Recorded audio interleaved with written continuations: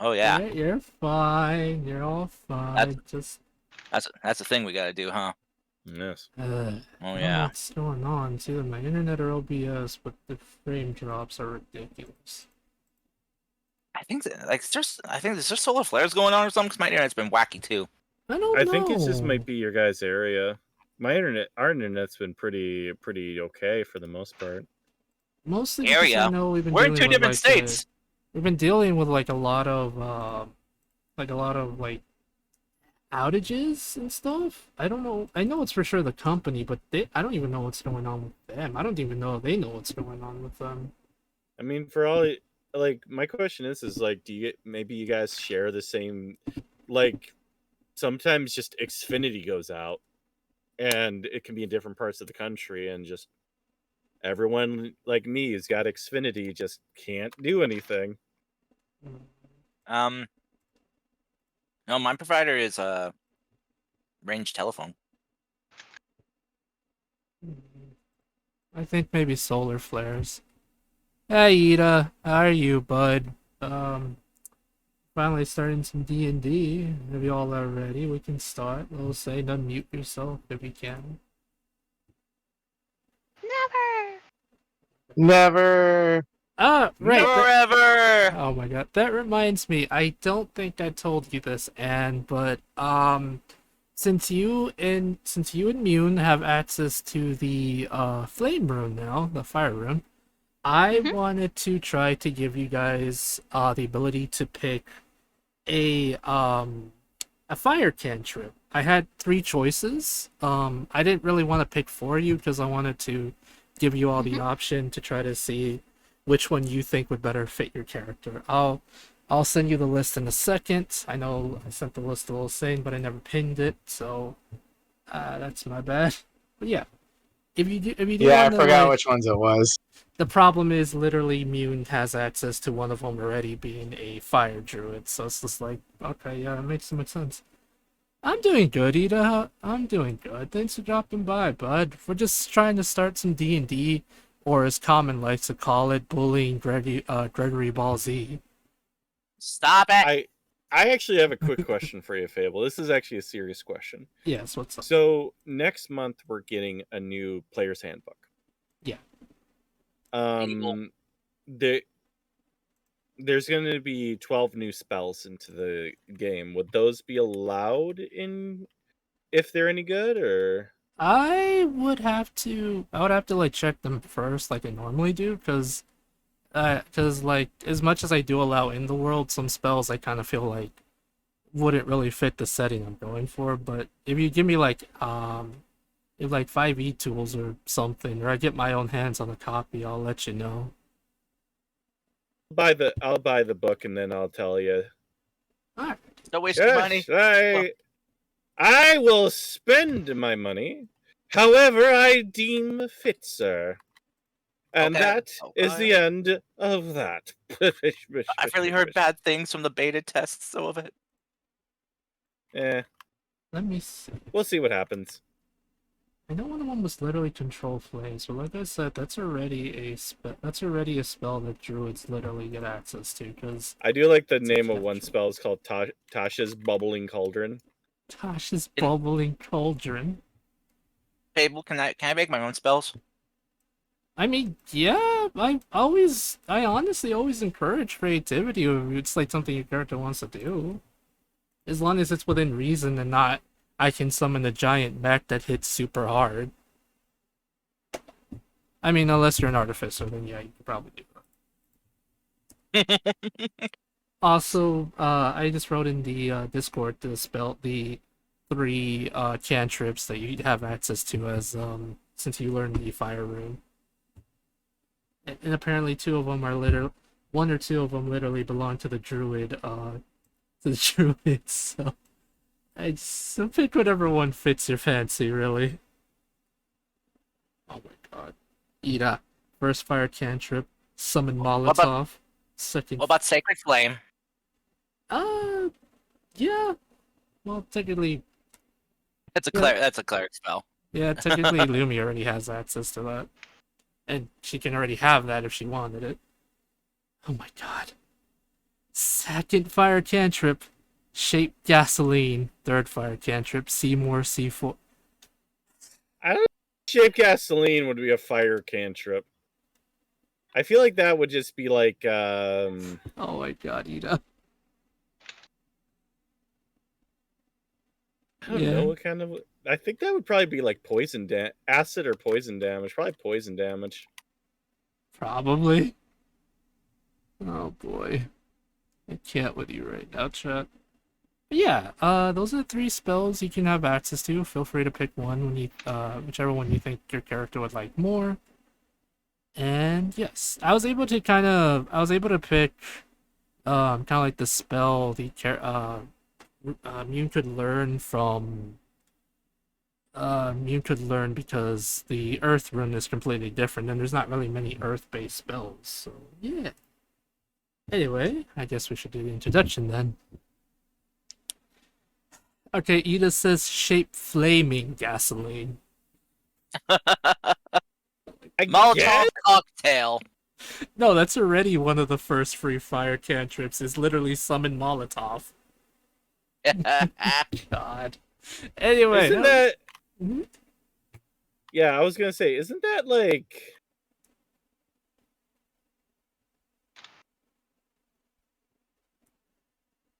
Not what, bud? Oh. I've lost my train of thought, I'm sorry. You're fine, you're fine. Alright, everyone, but yes. Hello, everyone. It is I, the Fable of Fables, and these are my lovely players. We're back with another rousing game of D&D, Dungeons and Dragons. Sometimes the game has dungeons and dragons. Sometimes it only has dragons. Other times it only has dungeons but no dragons. It's And very mechs. misleading. It's very misleading. Anyway, who would like to give a quick recap of what happened last week on Tales from This One Place in your house? Fought a boy band. Oh, sorry, correction. We adopted a boy band. We adopt a boy band. We purchased the contract of a mariachi band. It's very different. Yes. Is there all guys in it? Yeah, Possibly. pretty much. That's a boy band. Let's go, everybody. Good time.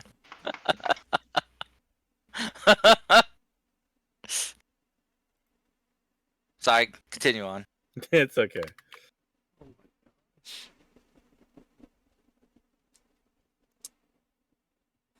Oh my god. no, Someone I else swear take to over God. because I gotta go real quick. Well, we got the mariachi band. We were told that not keep the mariachi band with us because we would have permanent disadvantage on a lot of our checks. Mhm.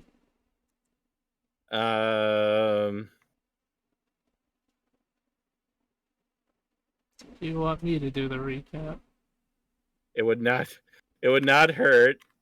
Alrighty. 'Cause my brain is not here right now.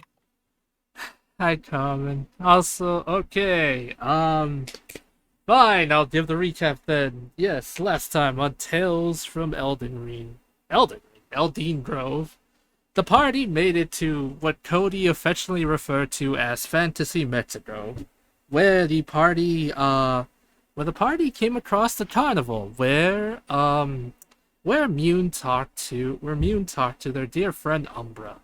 And then Mune said something very suspicious and concerning, the fact that they planned to kill their father. Or somebody. No one's really sure. I'm gonna kill him. Yeah, there it is. Turtle, being the ever-lovely soul she is, decided to buy the contract of a mariachi band, which they now have in the party. And I did state that the mariachi band cannot follow them into certain situations, such as combat. Well, they can go into combat. They won't fight, of course, because they'll be on the side playing music to cheer you guys on. However, if you try to go on the stealth mission, that'll be instant disadvantage, which kind of one of you already has that, so it's not really fun for them. After talking to the ringleader, you all found out a little bit of information. Lumi possibly wants to learn the ice rune, which I still need to work on how to do that fully. I have ideas, but the ideas aren't really the best. Also, the Terrast is dead, mech. Yorick killed it, and Yaskol is angry about it. Anyway, let's see. We also went home to Julia's house in Ghost Chili, where you all met Julia's mom. Had a nice dinner, had some tea and cookies, or coffee, whatever one really. You all had a good time talking about stuff. Yeah, that pretty much sums it up. Nothing too insanely crazy happened. Just to spend some time at the carnival, talk to this and that. Gregory didn't get a vision. That was before this. That was before this week. But yeah, that pretty much sums it up in a nutshell, I believe. Unless I'm missing something important, I'll probably remember later. But no, it was mostly just a lot of talking. Julia's family. Julia possibly committing arson. You guys apparently wanting to go to hell because you want to go beat up the CEO of Big Bubba's to get Julia's soul back. Now it's all coming back to me. That's what friends do, though. That is what friends do, yes. Oh my god. Also, right, Edith says the internet provider has shut down your memory center. That's why you can't remember anything. If only I would remember. Oh my god. Yes. Real quick, Meg, now the fact that freaking Yoritz died, Angron's gonna get his butt kicked by a buttload of orcs. That's gonna be fun for him. Not really. Yay! Common, I'm working on the Aqua Goblins. They haven't gone to a place where they can find them, alright? Aqua Goblins. Wazowski. Anyway. But I yeah. don't know what that voice was, but I liked it. Wait, what, Cody? I said I don't know what that voice was, but I liked it. Mike Wazowski. I'm always watching you, Wazowski. Always watching. Whether or not you're in the bathtub, whether or not you're brushing your teeth, never mind whether you're doing to disturb the eyes of God, I'll always be watching. It just reminds me of Proto, really. And I'm still waiting on that paperwork. Oh my god. I see what you do instead of your paperwork. You're a real sick fuck, Wazowski. Oh my lord. God damn. To my very bad knowledge of Americans, to me, all just sound like some sort of weird New Yorker that maybe smoked too much. That's pretty much Roz. You're not wrong. I was getting Willem Dafoe. Just gotta remember, you have to support the Mets, Wazowski. Oh, if you're a real New York, you know what? I'm gonna stop because it's hurting my throat to do this. Now you also remind me of the little guy that just talked shit to that guy playing saxophone, I think, and he's just like, "You're flat." I'll send you guys a video later. It's if you don't know. Oh my goodness gracious. Alrighty. Well, yeah, I think that pretty much sums up the entirety of last week, unless I missed something, which chances are I'm pretty sure I am, but I think that's it sums up pretty much the bare minimum / maximum amount of stuff, yeah. I think that just about covers it. Oh god, get out of here. Next character. It's just gonna be Roz. God, I'm glad Andre's not here. He loves that freaking movie. Oh my god, don't make me summon Dorothy again. She'll piss off Zine some more, you boy. Anyway. We'll pick up today's session with you guys. Well, how do I say this? With you guys resting up at Julia's home, going over to commit some arson or I don't know. I really don't know what the plan is, Julie. I just know that apparently you may or may not want to burn down Big Bubba's shop here. Woo! That's literally all I First know. reconnaissance, then arson. Yes, Hey. yes. Forgive me. We have to be very vigilant when it comes to arson. Yes.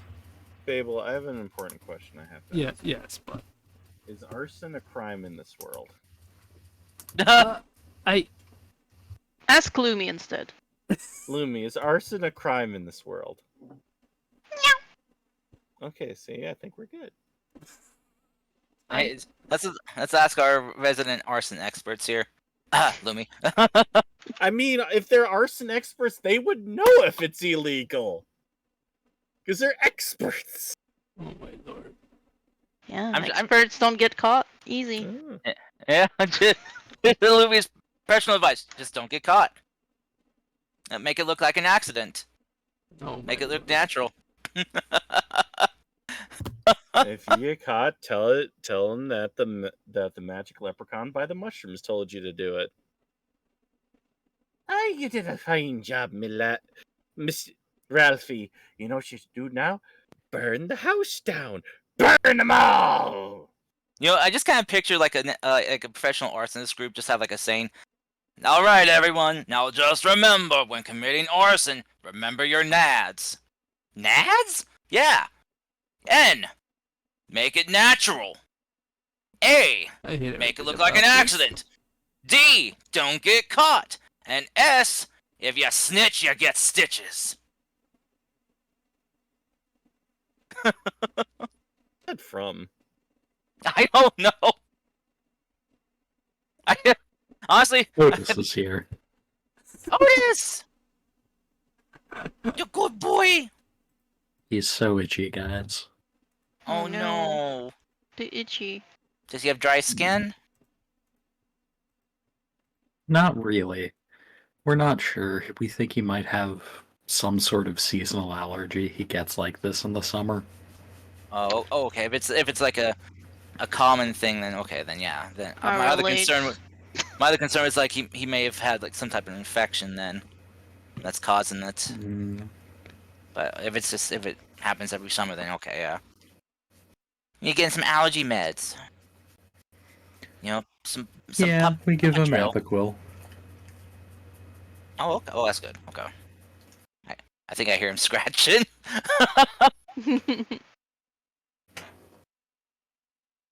Such an itchy baby. You should help him out. Give him some scratches. This is why we developed hands. To give all the good animals the scritches.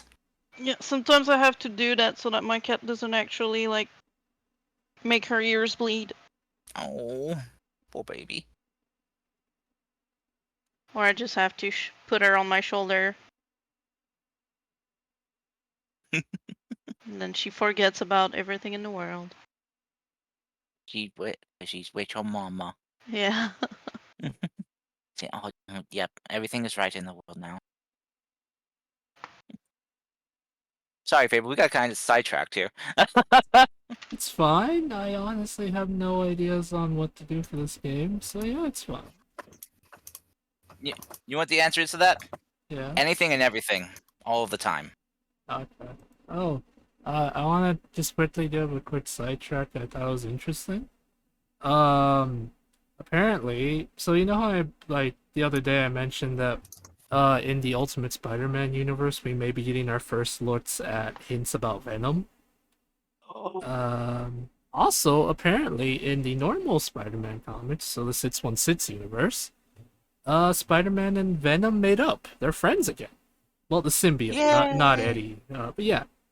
Apparently Eddie's going crazy and his son's upset, so now the symbiote's just like, hey, I know Peter was just like, hey, I know we had our problems, but we can be friends, and now they're hopefully teaming up for good for a while. And it's just like, all is right in the world. Nature is healing. Is Eddie Brock pregnant with Venom's baby? No, Eddie's not pregnant with Venom's But he is a baby. deity. The weird problem is the fact that Dylan is actually Actually, a weird hybrid between Eddie and Venom. It's they're he's he's literally their child in every sense of the word because apparently when his son Dylan was conceived, Eddie had the symbiote, but I guess the symbiote and him kind of mixed DNA in a weird way, so technically Dylan is a half symbiote. It's weird. Well, I mean, I'm not gonna make sense of it. I mean, think it I've makes seen more sense to me. recent depictions of that scenario. Listen, Dylan's mom is human, 100% human. It's just the fact that when you literally bond with a symbiote, your DNA's get like your DNA and its DNA literally get mixed together. Okay. Yeah, no, I mean, that makes perfect sense. I mean, Eddie's little swimmers had a shade of slime to him.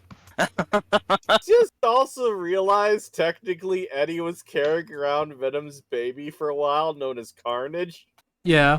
I just, Yeah. so technically the two of them have had several babies together. All my I fan think I've fiction seen some artistic depictions of that scenario as well. So Fable. Yes, Cody.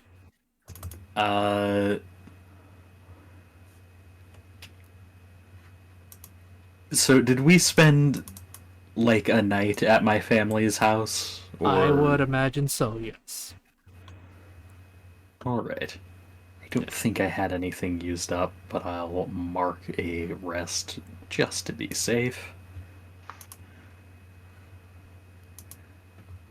I don't know if I use. I was same.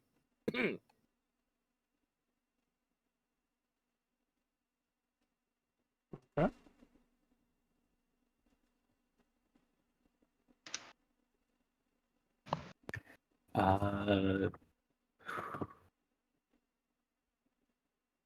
don't know what everyone else is doing, but the next morning,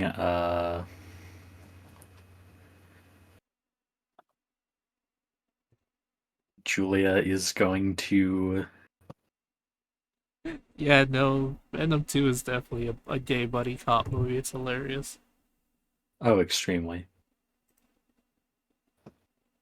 What you were saying, Cody? Sorry to interrupt. All good. God, speaking of gay buddy cop movies, anyone with me and Cars seen Deadpool and Wolverine yet? Yes. Oh wait, never mind. Rykra has met a good number of people have. I have yet to do it, but I just know that it's extremely funny. Everyone loves it, and apparently it's beating The Passion of the Christ as the most highly gross R-rated movie or something like that. Yep, Yeah. already has beat Passion It's of the Christ. Yeah. It is Yeah. Marvel Jesus. Yeah, it is Marvel not. Jesus. Which Yeah, is I like. It's funny. It's great because that's a callback from the first movie. it's also the fact that didn't in one of the first trailers we got, Deadpool literally said that he is the Messiah, the Marvel's Messiah, and now it's becoming true, and it's just like, oh wait, why? Yeah, you like this? He's Disney's Messiah. Yeah. Yeah. To also be fair, I'll say this. Even when I was the most goodest Catholic boy that's ever existed on this planet, I still didn't like Passion of the Christ because it's just 2 hours of some dude being tortured. Yeah. Yeah. It's literally. That doesn't sound Yeah. fun. But hey, now we have Deadpool Wolverine, which had its own crucifixion scene from the comics. Technically, that was actually a dream sequence that was going on in the actual comic it's from. Yeah. Yeah. But man, some people are getting their bonnets in a twist over it. I've not seen that. What It's very few. It's very. Did I show you guys the pictures of when several of the Ultramen were crucified? Yeah. Yes, I did. The Evangelion looking scene. Mm-hmm. I should get us back on track. Yes. You should. But I do Yes. want to say one last thing. That was probably one of the most homoerotic knife fights I've ever seen in cinema. Oh, the car? Yep. Yeah. Yeah. Yeah. Okay. Julia, Plus the music didn't help. I it I- sure didn't. I just have one last thing. I just want your opinion on something, guys, super quick. If Yeah. I posted the picture of the Ultraman being crucified, do you think it'd be too much if I put in the passion of the Ultraman, or do you think I'll be canceled? Not by anyone God. who is worth giving a tin shit over, no. Very true. Okay. Okay.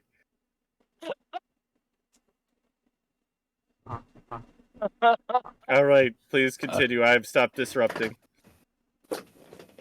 I mean, I'm the one who got us off on that last tangent, and I was the one who was saying what my character was doing, so it's all my fault, really. Mhm. Uh,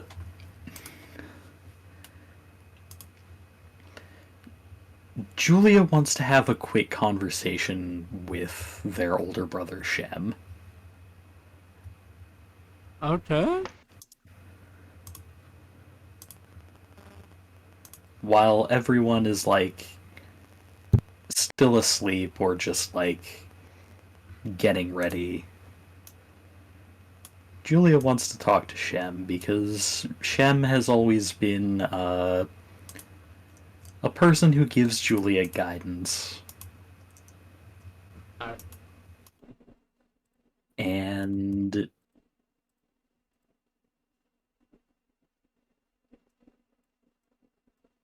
Julia wants to just kind of be straight with them about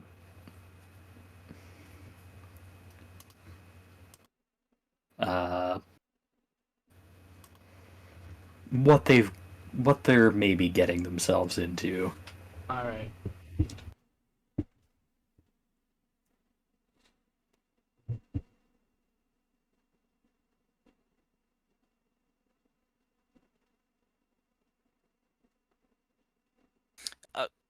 Quick question, Cody. Out of like the siblings, the Julia siblings, where does Julia rank in oldest?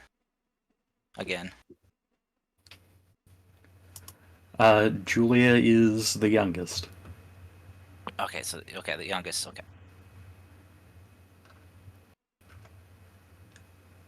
Yeah, Oh, just a the little baby. oldest are the twins Shem and Sheila. Okay.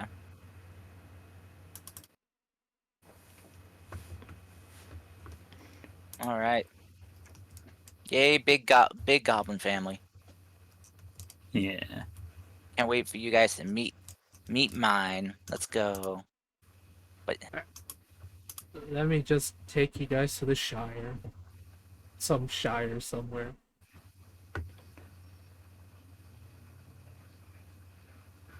Yeah, Julia, you work for your brother. He's just. I imagine he might have like a mini workshop where he does different things, because I saw that he's a builder. Yeah. And Julia's going to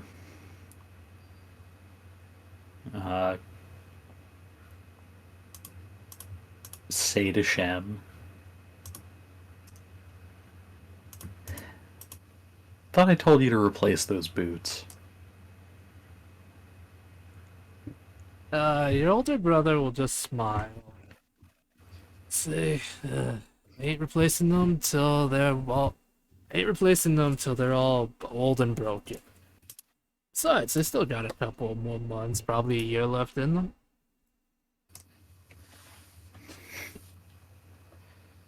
You don't have to keep them on your feet for them to be your lucky boots, you know? Eh. Guy just like shrugs at you. I don't know. I've seen some of the other guys have their own little quirks. I think this is mine. I like gives a small, slight chuckle to that.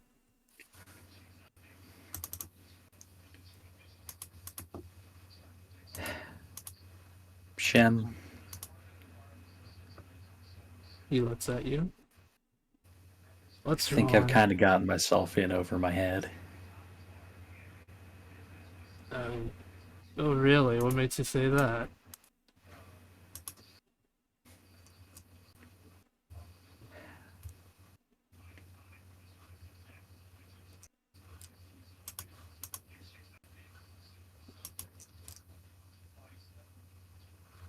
When I was at Big Bubba's,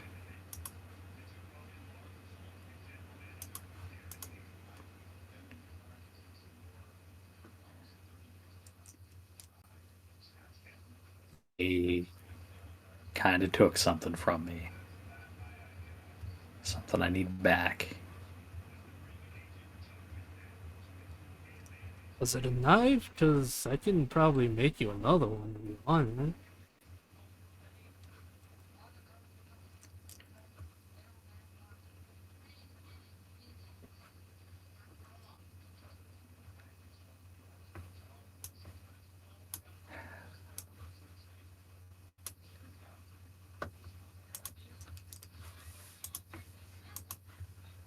They took they took my soul, Shem. Kind of like looks at you, trying to see if this is some kind of dumb joke. Because normally when it comes to working at like restaurants and stuff, it's quite literally soul draining. He he kind of looks at you, kind of expecting some kind of joke of any kind, but then after like you not say anything, he looks at you and he says, he sighs and says, "Oh shit, Julia, what did he do? What happened exactly?"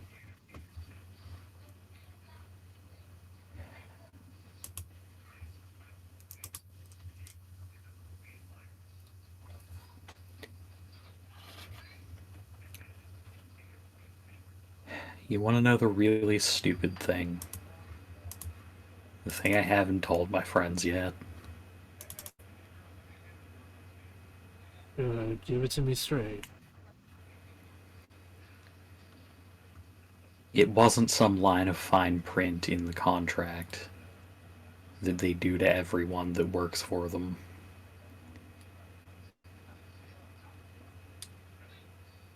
It was this. They called it an employee loyalty program.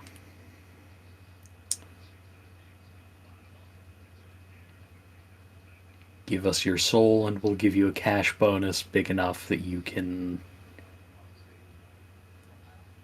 get out of here and make a name for yourself.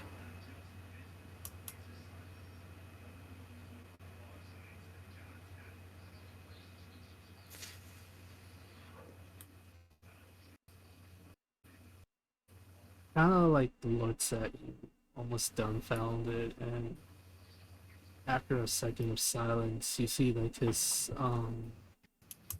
see this look of kind of like not anger, but I guess slight disappointment in you.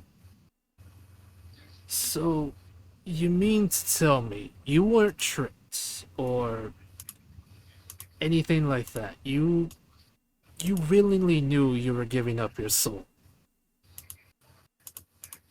and just for something like a cash bonus?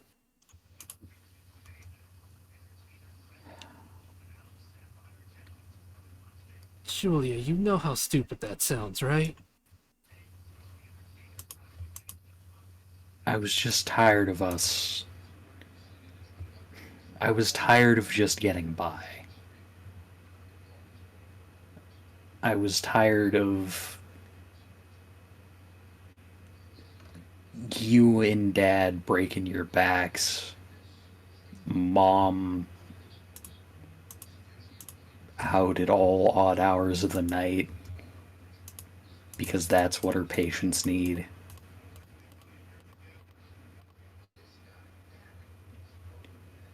I was tired of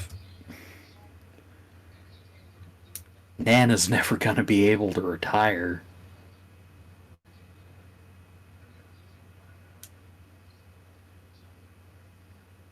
I wanted us to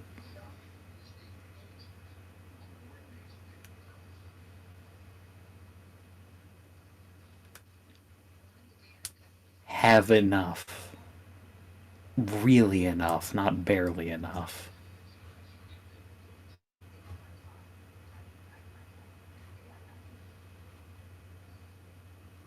Yeah, I understand how you feel. I really do, but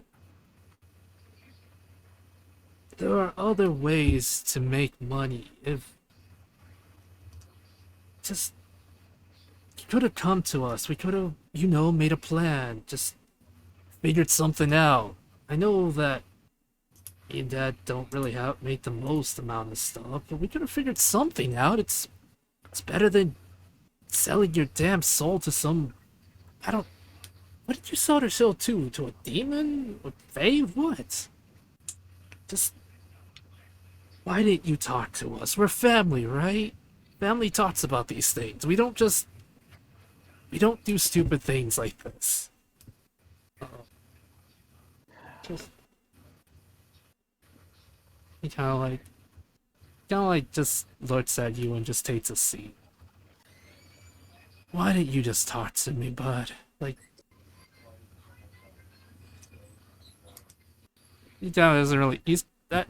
You can tell he's definitely at a loss of words right now.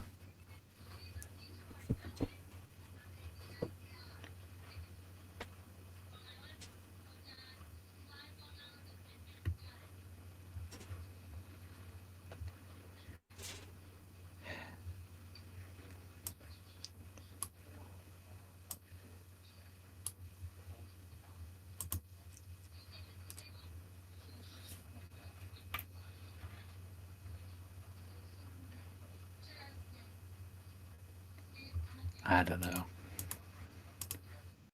This sighs heavily, and he just sighs heavily, and he walks up to you and just gives you a hug without really saying anything.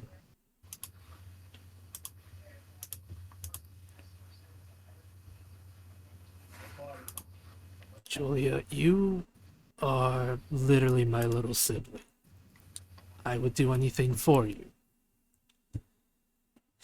Mom and Dad, Gran, we would all do anything for this family, but as the youngest, you shouldn't be having to worry about, giving us money or being able to pay back this or that.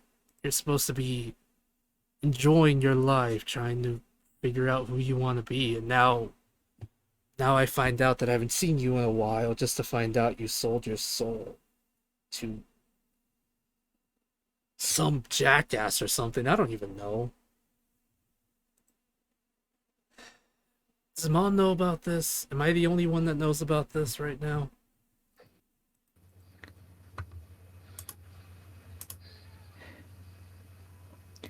Remember that guy Angus I used to tell you about? Yeah? Guy I worked with? I think he might be the only other person in the world who knows. And that's because he was smart enough to turn them down when they make that offer to him.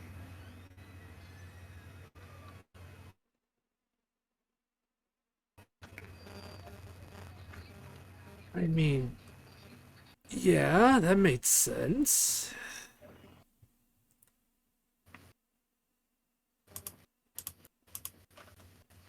I mean, Julia, what are you gonna do now? Of course, I mean, part of me wants to tell Mom, but I'm pretty sure you're gonna fight me on that, aren't you? She has enough to worry about as is. Ugh.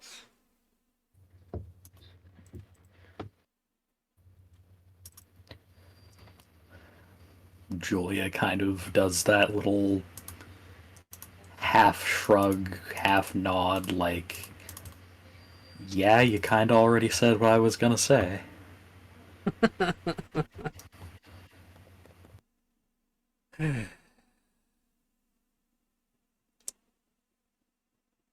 Alright. Alright, fine. I won't tell Mom, and I guess thanks for trusting me with this secret, but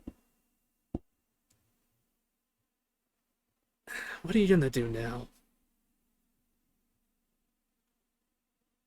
Knowing you, I'm pretty sure you have a plan of some kind, right? There has to be a reason you're back home. It's not just to say hi or to just randomly tell me you sold your soul.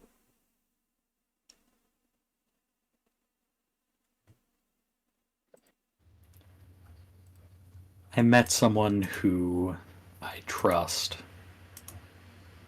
who thinks maybe they can get it back. But I'm gonna need to go back in and confront the people who took it from me.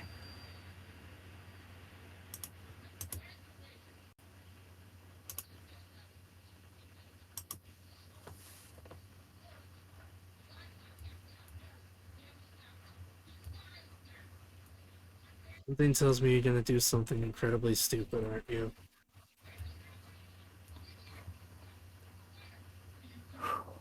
I mean, I'm gonna try not to, but this situation's stupid all the way down, you know? Yeah. There might not be anything but stupid left to do.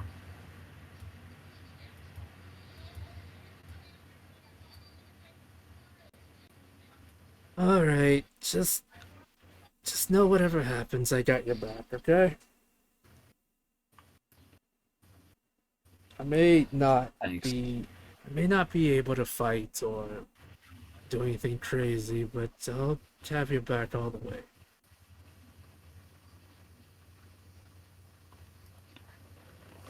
Yeah.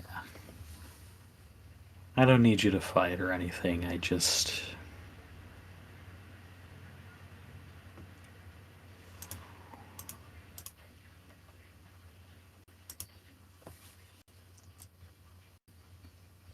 If I'm gonna start making up for this, first step's being honest.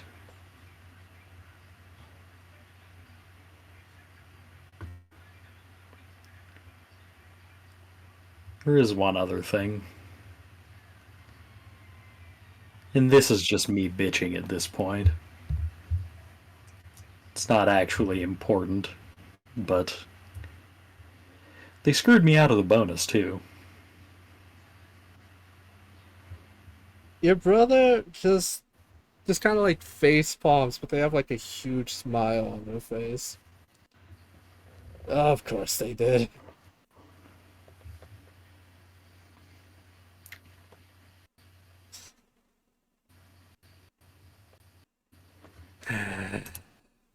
He just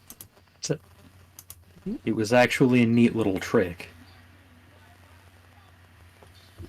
Selling your soul and consorting with devils is against the company's morals clause.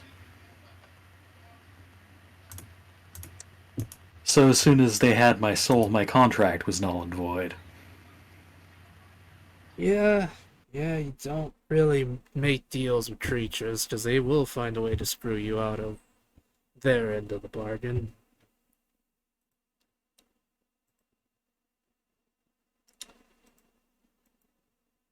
He just, he just kind of like has a smile on his face and says this.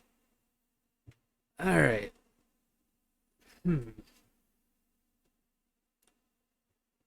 Like I said, I have your back no matter what you do tomorrow. Just pretty sure Mom earlier told me you have some stories, huh?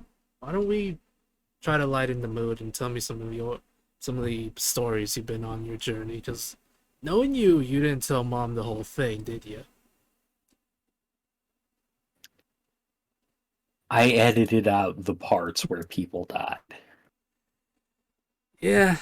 Yeah, it's probably best you don't tell her those parts. I, on the other hand, would be really interested in hearing this. Oh goodness. Hi, Turbo. Well, first thing you should know is I own my own restaurant now. Oh really? That sounds amazing. We'll have to take the family there someday. I'm sure Mom would absolutely love. Sure, Mom and Gran would absolutely love to see what you made. Hell, I'm sure Grandpa would be proud of you. I named it after him. Your brother will smile and say, "Yeah, I'm 100% sure he'll be proud of you knowing that even more."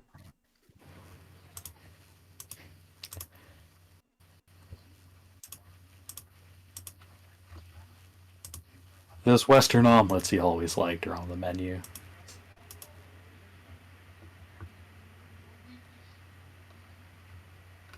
Mm. And, yeah, I think Julia whiles away the time until the rest of the party is up and ready to go, just telling Shem about their adventures. Alright, Shem will listen and be really proud of the person you become, and the fact that he is really proud that you, even though Julia did something incredibly stupid, they seem to be making the most out of their they're making the most out of their second chance in life, such as owning a restaurant, making good friends, seeing the sights, all that stuff.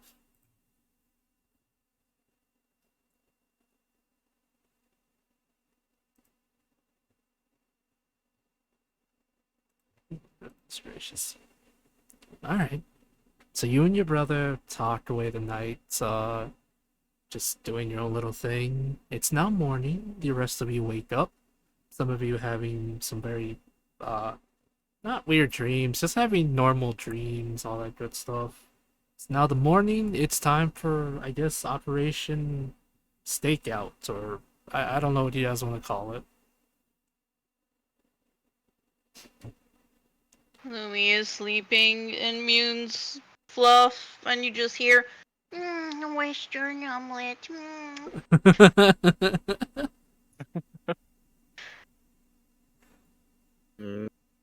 Blood of the children. What? Me. Fuck? No, Ashley. Bubble, Kyle, Oh, trouble. oh my god. The hagman is coming out. No, you know what, Turtle? You have a dream about pods. And how Al's back in pod form because you made that reference in the chat. Shell children. Oh yeah, hold on. Let me voice. Go for it. Me. Cell children, soldier pods. Me. Elf's coming back in strong form. Me. No one under 30 understands this reference. I understand this reference, and I'm still under 30 for the next 6 months. Unless you're like a Simpsons fan and watch some of the older episodes, and yeah, most people who are probably not under 30 would get it, but yeah, anyway. Grabbing Casper, was in French. grabbing Casper and redoing the Circle of Life scene. Yeah. Mm. Can I do a very quick aside? Yeah, what's up? I saw a video of somebody did the Circle of Life, but as if Waluigi would sing it. Oh my lord.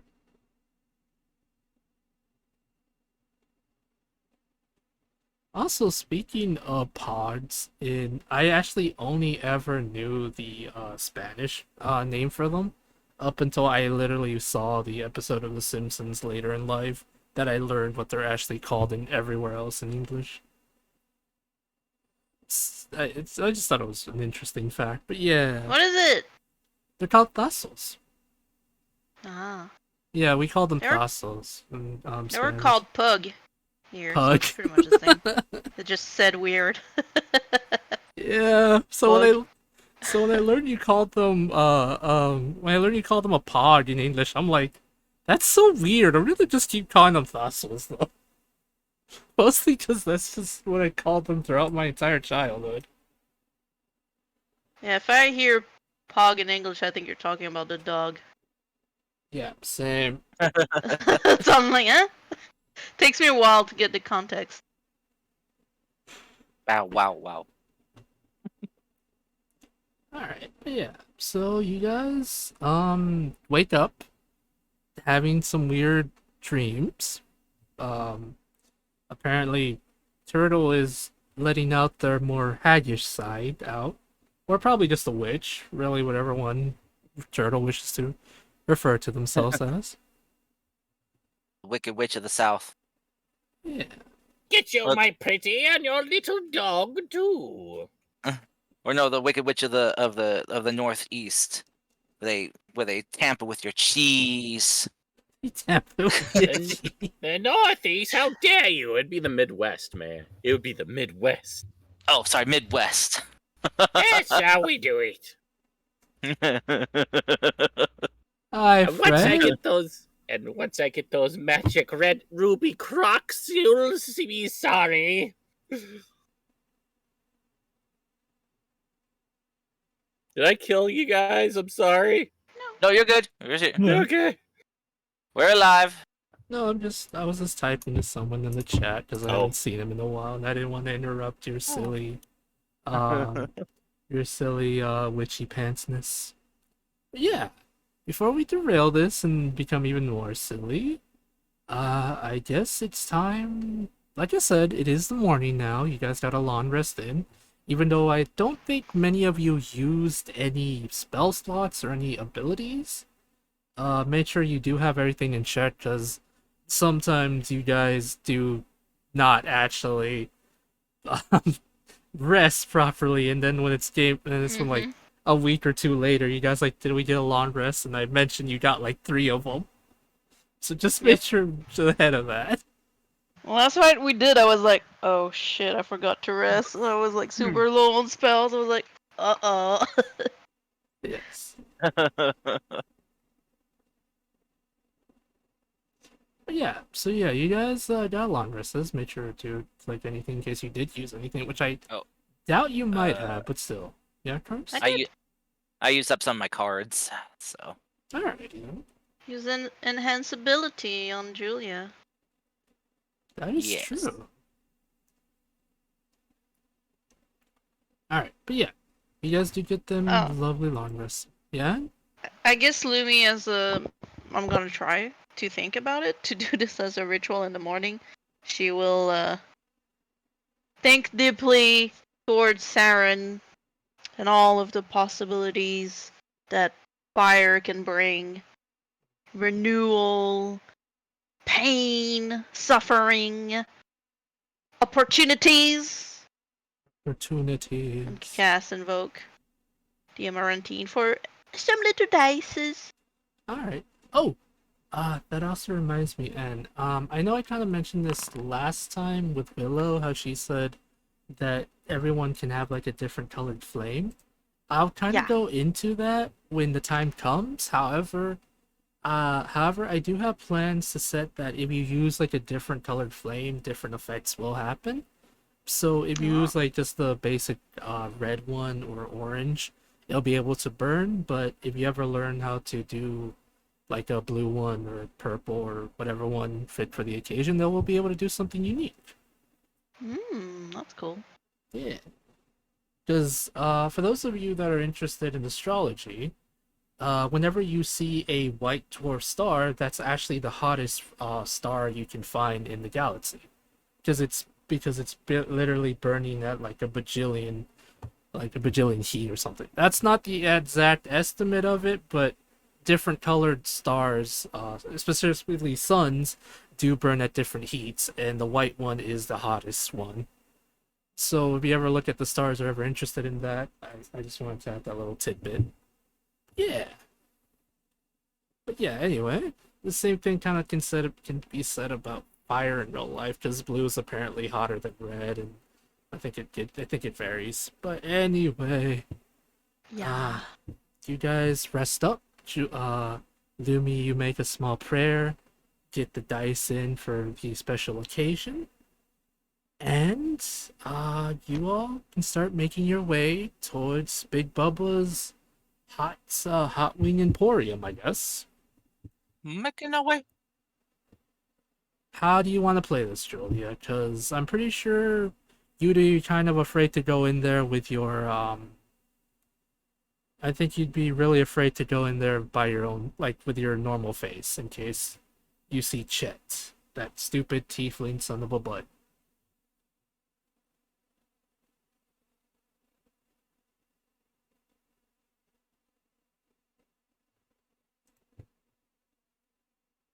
Good? Did we lose? Did we lose? Lose You said BRB, Oh, so really? maybe Cody's not back yet. Oh, yeah, Cody did write it in the chat. Alrighty. Just did a couple, I guess. Guess we'll take a quick BRB then for the rest of us, because we don't want to do this without him. Yeah, because technically this is Julia's mission, so yeah, let's just take a quick BRB, I suppose. Lumi's checking her spells, see if there's anything to change. Alrighty. Yeah, that's true, Common. Blue is the hottest flame that humans can make reliably right now. But horrible smashable... Ah, God. Oh, Bonbon, why are you like this? There's an ice cream stand close today. Also, roughly 100,000 Celsius per white dwarf star. Okay.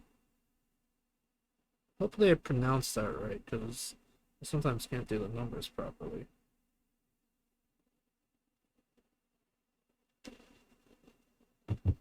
Also, did you know that we used to be able to do something called Greek fire? Although that's probably the recipe for that was probably lost to time, as many other reliable things were also lost to time. Or it fun. was using some fucked up chemicals that actually give cancer or something. Yeah, that's also a lot of what happens nowadays. Like when older buildings used to be insulated with asbestos. Asbestos. Yeah, asbestos. There you go. Thank you, Anne. And then that turns out that actually gave you long-term exposure. Actually gave you lung cancer, which is like, oh dear. Yeah. Or lead All paint. right. My mom's town completely economically crashed because they were running on asbestos mines. Oh my lord. Oh dear. Yeah, it I'm took back. years to recover from all those closures. Welcome back. Understandably, she would sometime wake up with the grass being white, not from snow, but from asbestos powder. Oh. Oh dear. Yeah, Alright. from explosions. They would do. I got a great idea. How we can get Julie in without anyone seeing. So we build a little wooden horse. You want to As a- make the Trojan horse? Yes.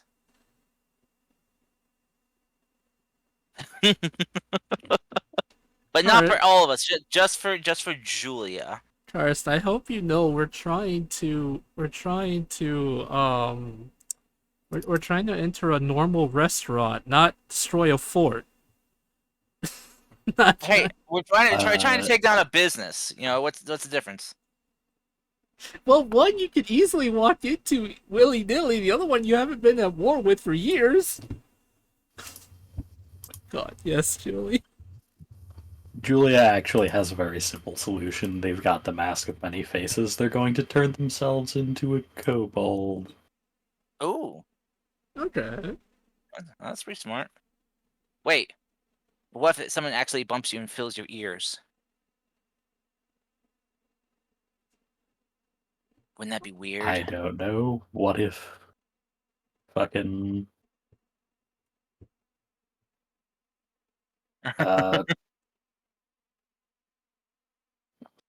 that seems like an unlikely contingency. Yeah, I was just kidding. I was thinking of putting like explosive glyphs of warding in there, but they take 1 hour each to put, which is a long time. Oh man. But I was imagining Lumi in the bathroom, in a bathroom stall, just Drawing a cliff for an hour. Oh my lord. Okay. The glyph But- is dick butt. Oh my gosh. Oh my Jester. sweet lordy. Also, I think to do the glyph of wording, you need to have like a certain amount of supplies for that. I Yeah. think. Okay, so as you all gracefully, inconspicuously make your way to the restaurant, it's relatively easy to enter the restaurant given the fact that it's a restaurant that essentially sells very, very incredibly spicy wings and other such assortments like spicy chicken. It smells of all forms of spices, chili pepper, different forms of chili, like what do you call it, ghost pepper, all that stuff. Julia, as soon as you enter, you smell everything, and I assume you get PTSD, given the fact that you know how everything works behind the counter, given the fact that Julia absolutely despises a certain type of chicken that can be found here. To the Akira meme. Julia! Ah, ah, ah. Is it buffalo chicken? No, if only it was buffalo chicken. It's a lot worse. Basilisk chicken? No. Worse. Cockatrice chicken? No. If only it Mm. was cockatrice chicken. Abyssal chicken? Yes, actually. Haha! Figured if I start naming enough birds, I'd get it eventually. Yes. As soon as you enter, you see you all see a normal rat. You basically see what you would see like at a wing stop, buffalo wings, things like that. People sitting down in chairs, eating chicken, enjoying their time. The smell of I different do. drinks. Cody? I want to add one detail. Yeah, go for it. The cartoon Red Devil mascot of Big Bubba himself is plastered everywhere. If you've played Pokemon Sword and Shield and gone into the Bobby's restaurant, it looks like that. Or just like a real life Chuck E. Cheese or what is it? Big Boy?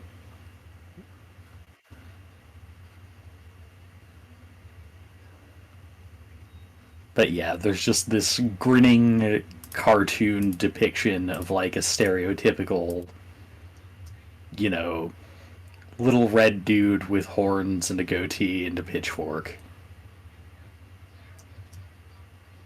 Yeah, they're really trying hard to sell the fact. They're really trying hard not to try to words. They're trying to make it seem as though Bubba, even though he's technically a devil, is not that scary. Totally.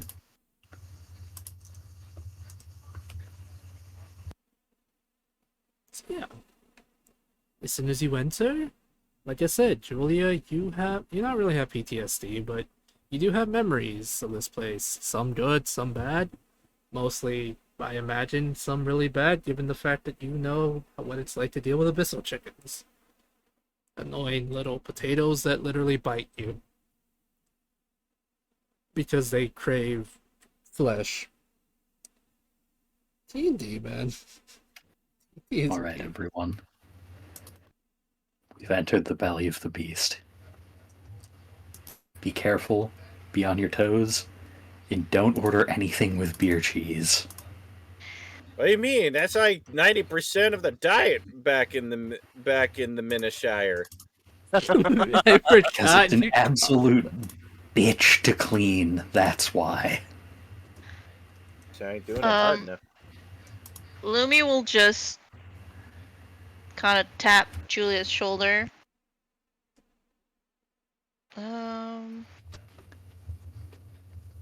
Whatever. I don't know why it says that.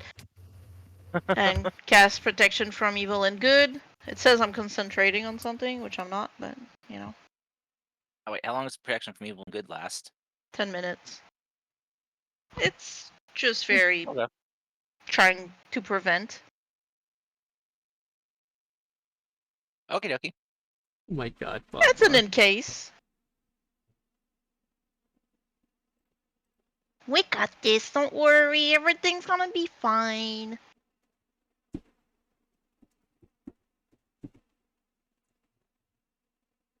Coupons? I feel like this is a place you gotta have some coupons or something. Wait. Okay. Let's see.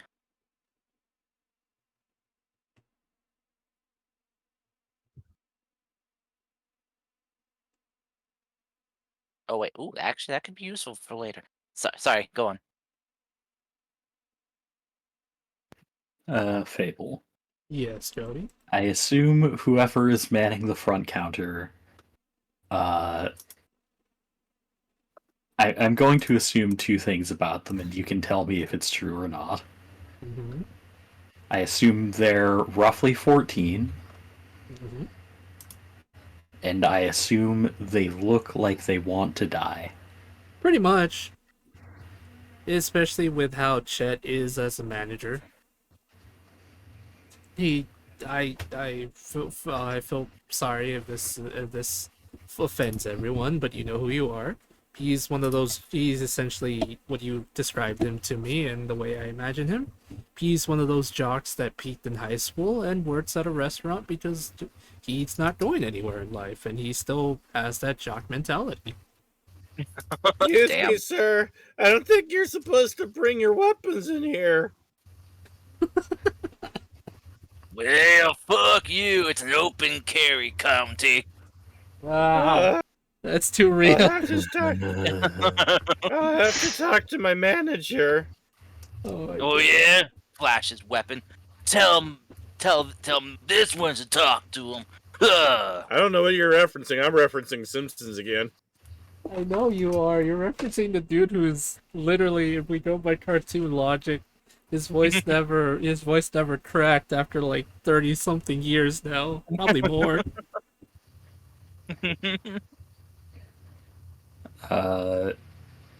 Julia's going to Good thing, comic. God dang it.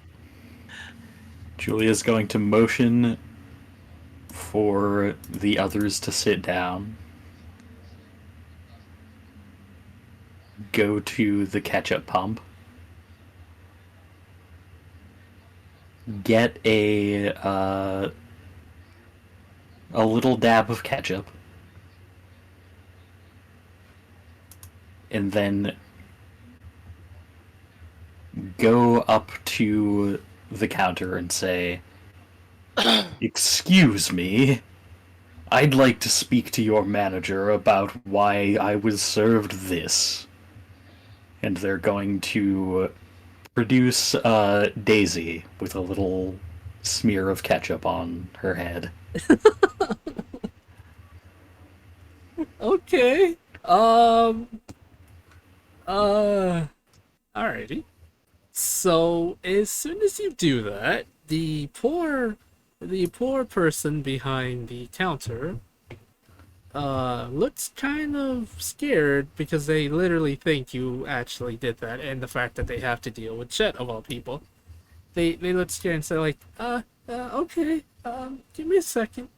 And they run back to the back of the restaurant, where after like about a couple seconds you hear the annoying sounding voice of Chet yelling at the poor employee as he makes his way to the front.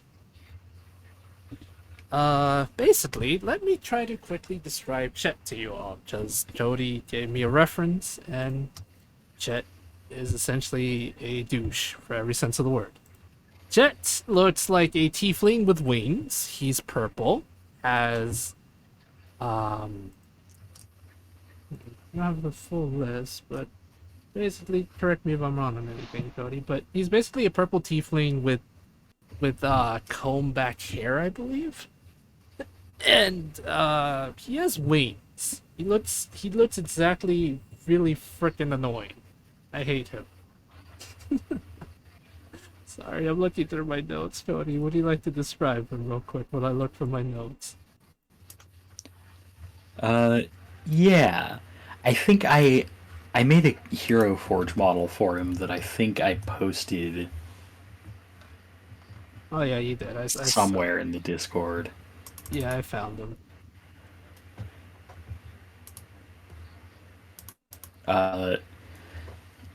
He is a purple tiefling, wings, a very crisp Big Bubba's uniform like Julia used to wear with the uh, brown and silver trim.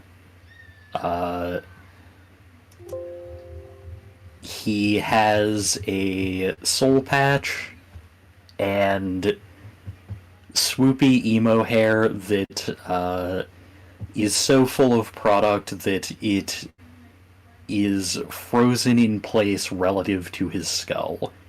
It doesn't move naturally when he moves his head.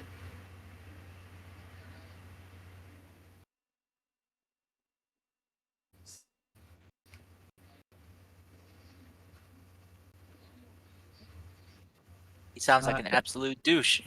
He is an absolute douche in every sense of the word. Yes. And sadly, I have to. RP us. And please, help me end my suffering. Alright, so I don't have a specific voice for him, but let me know if I have the jock I want to punch him in the face voice down, right? Because then I know I'm doing something right with this. Anyway, he basically walks up looking really pissed, but as soon as he sees a customer, he instantly changes his attitude from being upset to just basically a butt kissing grin on his face and says this: "Ah, valued customer, how I'm so sorry for the mess. Let me see if there's anything I can do to fix that. Employees here are honestly not the best. There's just no hiring good help anymore. Let me just start it comment.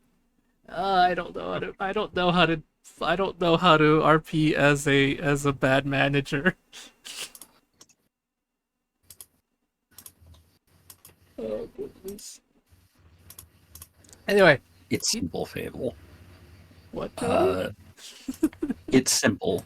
Everything is always your employee's fault, Yeah. and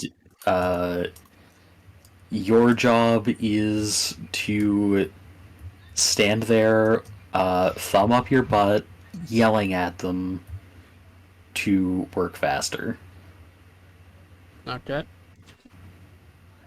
Okay, chat says think like Gordon Ramsay from Hell's Kitchen, but worse. Oh my. Alright. I'm going to... I hear Gordon Ramsay's nice off camera when they're not editing his rants to make him seem worse than he is. No, I know. He is actually a very skilled chef that really loves his craft, and one of the reasons he gets really mad at people is because they're adults and they should know better when they make mistakes that could possibly get a customer sick, such as serving food that's not cooked properly and or food that should have been disposed of in the proper manner. It's fucking raw. Like that. Although I do really hate the fact that he considers a lot of people snowflakes, and I'm just like, all right, Boomer, you need to fucking stop. I get it. You're from a time where depression doesn't exist and everyone ate iron for breakfast. That's not a thing. Stop that. Stop I mean, that right now. technically, you are kids at least. Technically, you are still eating iron. No, I for know. breakfast. Yeah. I know, but I mean like actual iron, Raw bars. Iron. Yeah, like raw iron itself, the metal, not. Well, What, you the guys don't thing do that? is, a lot of foods that are enriched with iron are just like they do just have very fine iron filings put into them because Lord. raw. Well, the thing is, raw iron. I learned all of this from Hank Green, so if I'm wrong, blame him. Okay. Just raw metallic iron is actually pretty readily bioavailable. So, as long as you're using it sparingly and grinding it up fine enough that you're not just biting on chunks of iron, Mhm. that's pretty much the best way to enrich or to add dietary iron. Is that why like magnesium and gold is digestible? It's one of I those think few so. minerals that's digestible in Very small possible. quantity. Hmm. I don't know. I just know that gold itself is a very soft metal, even though it's heaviest, but it's actually incredibly Oh. soft when it comes to metals. Well, because I know if you have like low iron content in your blood, like You're wrong. standing up, you can get like really dizzy and lightheaded if you have low iron. Mhm. So That's called being a woman. or if you're anemic. Or if you're anemic. There's multiple reasons, not just because you're a lady. Oh my lord. No, I know. It's just obviously it's common. I know, I Mm. gotcha.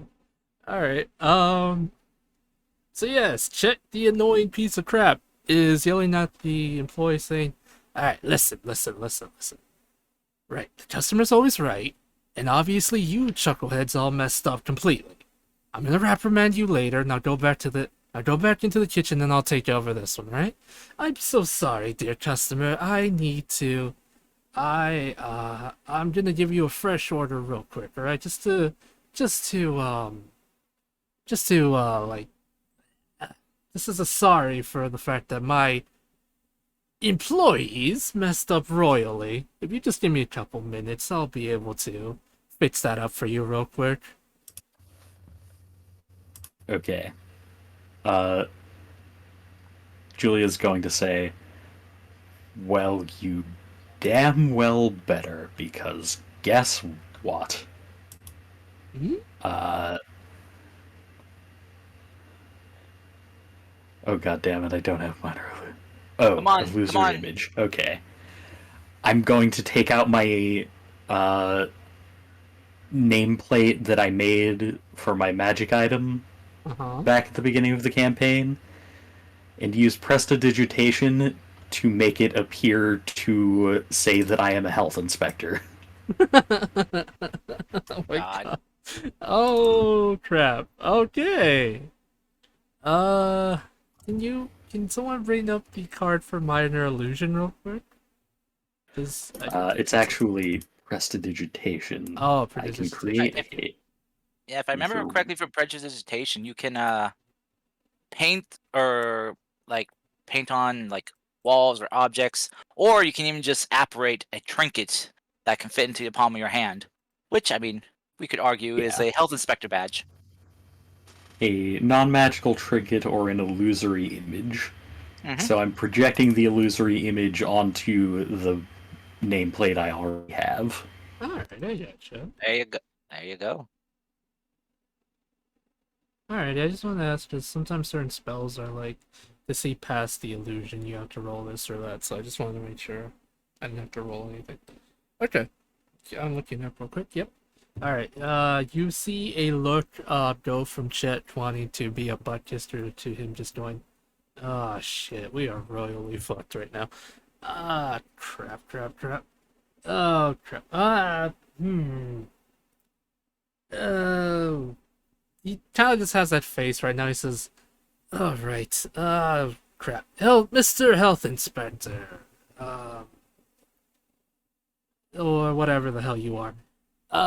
Is there a way maybe we can keep this off the record? I really don't think the boss upstairs won't really like the fact that we're slipping up. Some of his other shops have not been doing so good / closing down because of problems, and maybe there's like something we can, maybe there's some way we can rectify this. You know, maybe I can give you some money or something, like under the table. He's kind of, you can tell he's panicking right now. He's a douche, Cars. He will do whatever it takes to keep things going. How much will it cost to make this all go away?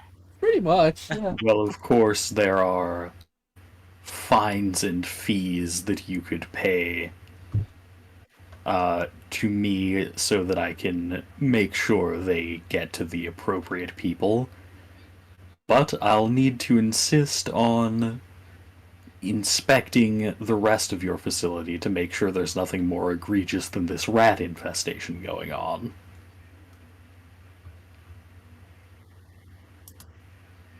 I mean, are you sure I can't just, give you a certain amount to keep this between you and me?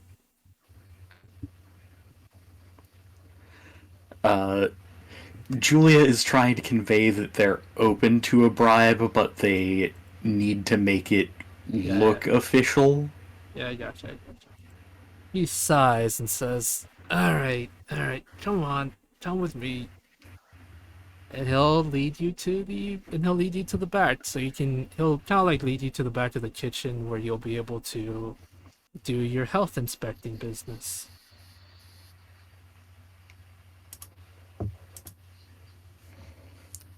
All right. As Chet leads them back, Julia is going to, as stealthily as possible, send Daisy back to the others, and so that they know the mission is in progress. One of everything, please. Since it's free. Flap, no. Mune, no, we're not there with Julia. For food. But we'll get something later. I do not want to give our money to an establishment that's ran by a devil. I thought we'd get free. Thought No. food inspector free food. No. I still don't understand. It's fine. It's fine. It's just, look, we don't want to eat here, okay?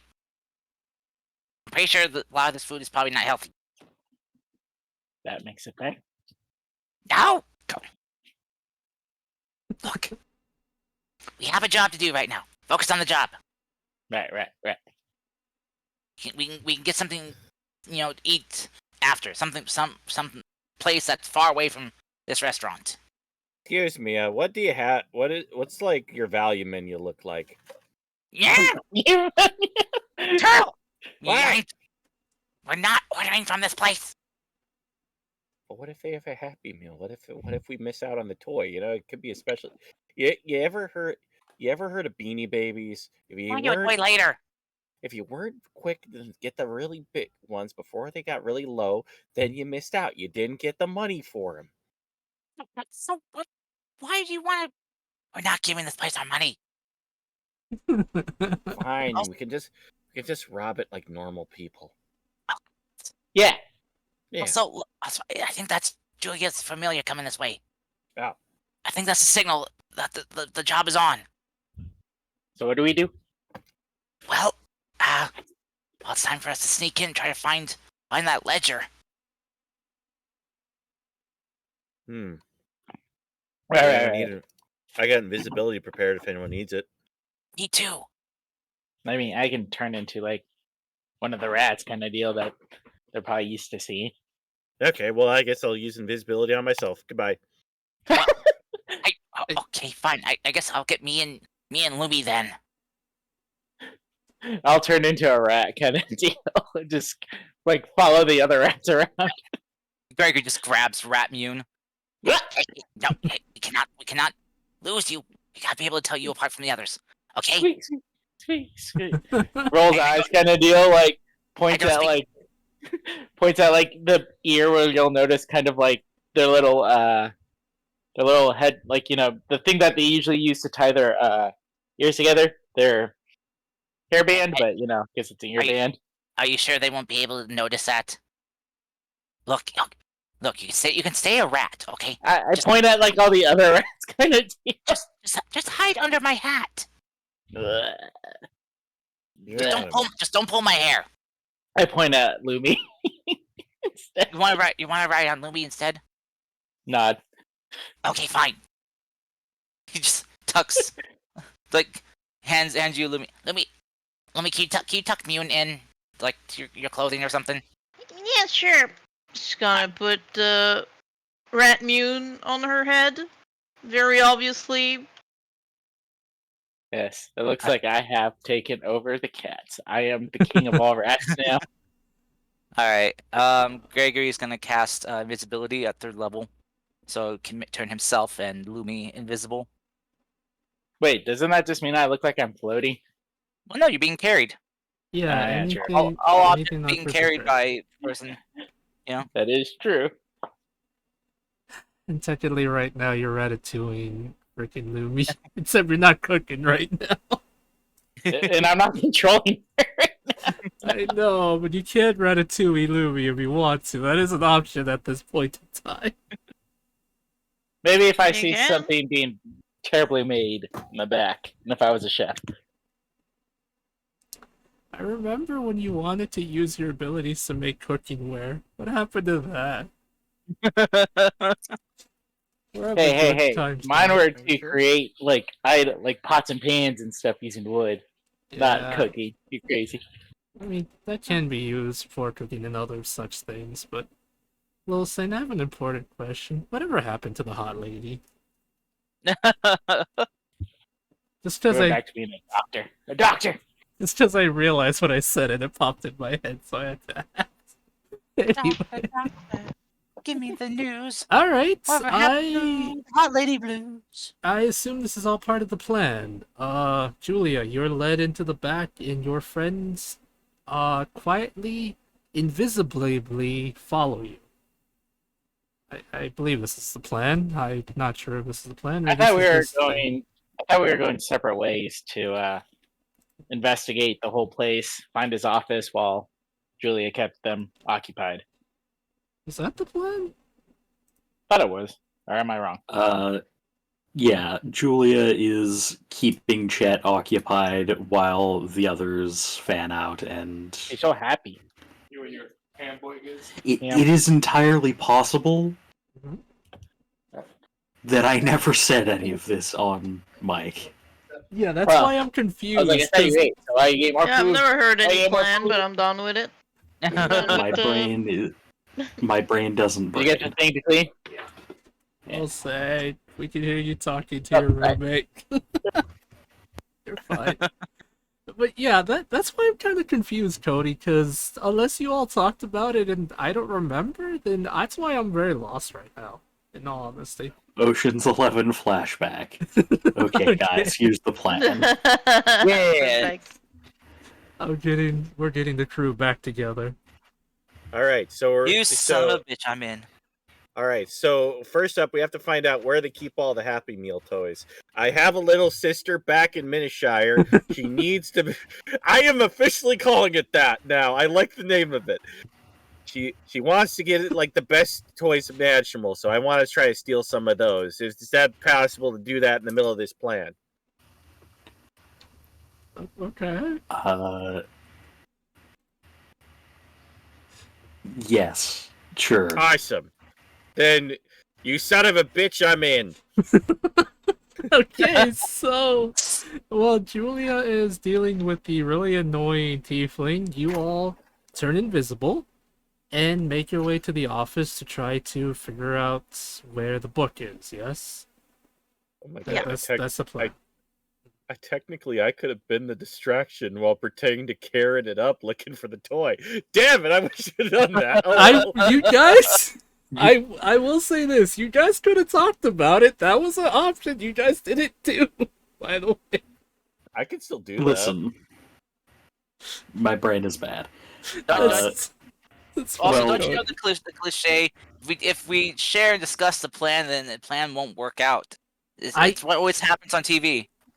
Well, yeah, but it's not like it's not like I'm gonna use that against you. I just wish you guys would have said this was what you guys were gonna do instead of we turn invisible and not let the DM thing know what is- you want to go. Julia and Turtle are both face characters, but Julia is specifically maxed out in deception, particularly. Turtle is more of a persuasion and performance face. And Gregory has And- nothing at all. And Julia knows chat and knows how to push his buttons. Valid. Do you want me to be in backup to carrying it up? Just in case? If the spirit moves you. Okay. I can't play your character. I'm not the dad of you. I know, I just don't want to like ruin your plan. You did. Julie would I have already told ruined my plan by not telling any of you what it was. Okay. you did. I do remember Julia telling us though that Chet has like a book, a ledger that of all like the souls that they have contracts to and stuff. Mhm. Then I Yes, figured that we we were said trying to out steal loud. that. Yeah. Okay. So Okay. I figured while someone was keeping everyone distracted, the rest of us would sneak in Oh, okay.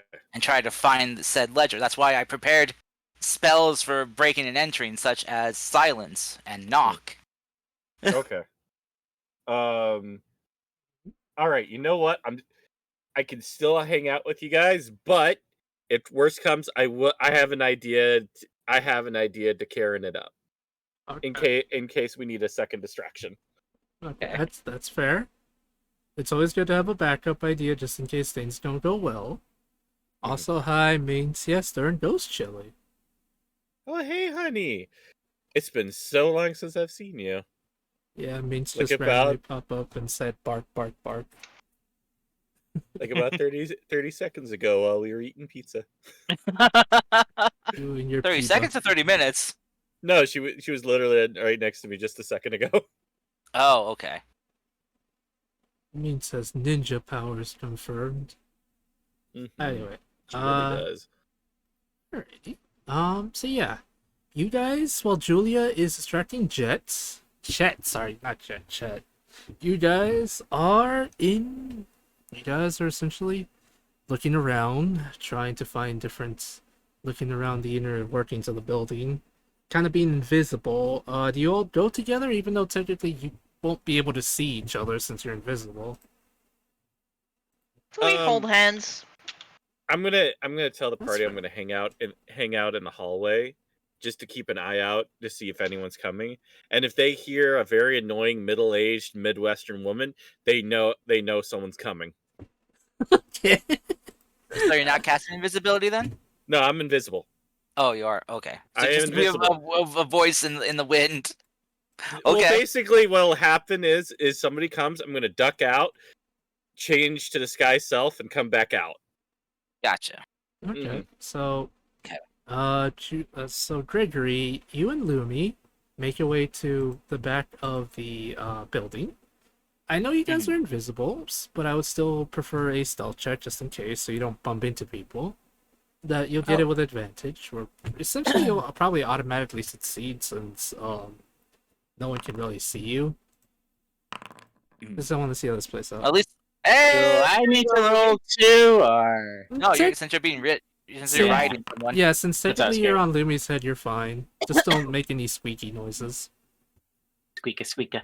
Oh, I hope Okay. you're doing good nonetheless. But yeah, thanks for coming. I really appreciate it. Alright, so yeah. You guys slowly make your way to the back of the building, trying to find the manager's room, where, after a little bit of looking, avoiding anyone possibly bumping into you, good thing you guys are shorter than than some of the people here, because you can easily stick to the walls and junk. You guys find a door that says manager. Keep out. No. Yeah, Chet's just a loser, so yeah. Could I before we go in, can I do some kind of like perception check to see if there's traps on the door? Yeah, you can. 15. No, there doesn't appear to be any kind of traps at the door. Seems to be okay. Is it locked? It is in fact locked. Yes. Is Is it it- small enough? Like, is the bottom part small enough where I can crawl in under? Yeah, actually. Small enough for Yeah. a rat booty to get through? Yeah, Yes. it's small enough for a rat booty to get through. I jump off kind of deal. I'm assuming I'm becoming visible again, considering I'm not on Lumi Yeah. anymore. Yeah. Okay, and then you just see me squiggle through. Squiggle. Alrighty. give a little kick on the rat butt to help push through. Alright. And then I'll look. Can I inspect the room kind of deal before I open the door? Yeah, you can do that. Roll me perception, please. Okay. Why is everything on a loading thing? I'm Why not is sure. it not? No, I better not be doing that thing as it was before. No, I'm seeing everything else, so let me just restart real quick. But yeah, basically I'm just looking for if there's like anyone in here or if like there's like something that doesn't seem right with the office, like something like a normal office would have. Well, okay, once you roll me that perception, I'll be able to let you know if there's anything out of the ordinary. But from what you can see so far, it looks like an ordinary office. It has papers here and there, a safe, like just from what you can see, like just glance at, it has papers here and there, a big old safe near the desk, some chains on a wall, some weird demonic symbols near the chains. Usual manager stuff. Okay. Game's not reloading for me for some reason, so Want me to roll for you real quick? Yeah, roll for me real quick while I switch to my laptop. Alright, you got a 16. My rolls are not good right now. Wait, sorry, 13. But yeah, Mune, in your rat form right now, you just see basically what I described. Nothing too out of the ordinary. Well, besides possibly the chains with all of the weird demonic symbols near them. That's normal. That's fine. Yeah, that's the thing that looks out of the ordinary, but But it's other- like not connected to the door or anything, right? no. It's the farthest wall from the door. Okay, As you then I'll do just look at the door, all you really do see is that it's an ordinary door that's locked, as Gregory already knows. Mhm. And I'll climb on stuff if I can and jump onto the lock thing and like use my mouse weight to unlock it as I fall back to the ground. And it unlocks. Alright, bingo bango, the door is now open. Bingo bango. Yeah, the door is now Lumi open. goes in. So yeah, Gregory, Lumi, you guys head in. Like I described to Mune, you see some papers on the desk.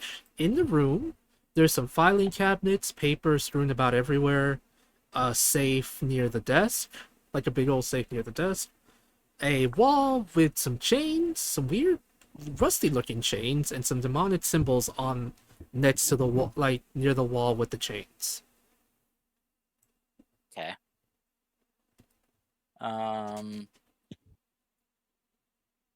Oh, also, however, I forgot to mention, there is a window, and you do hear the distinct sounds of chickens outside the window. Oh God. How could you keep this from me? Do they I have? Do apologize. these chickens have fingers? They can. Those are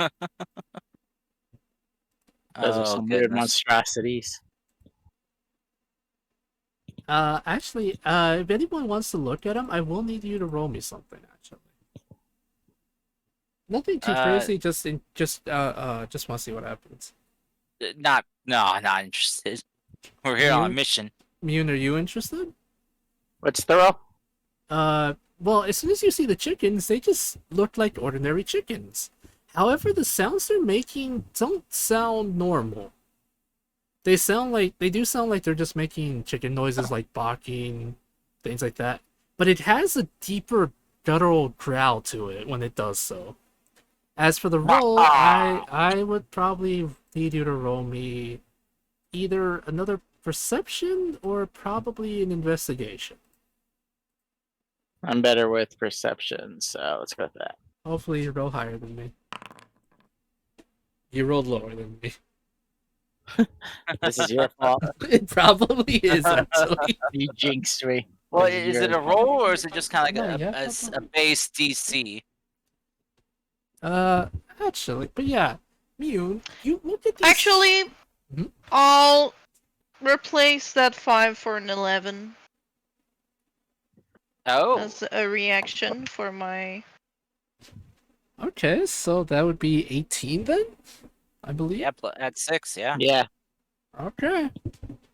18 then. Mune, these chickens that once looked like ordinary free-range chickens, quote-unquote free-range, because they're not really in cages right now, the illusion of the chickens begins to fall apart.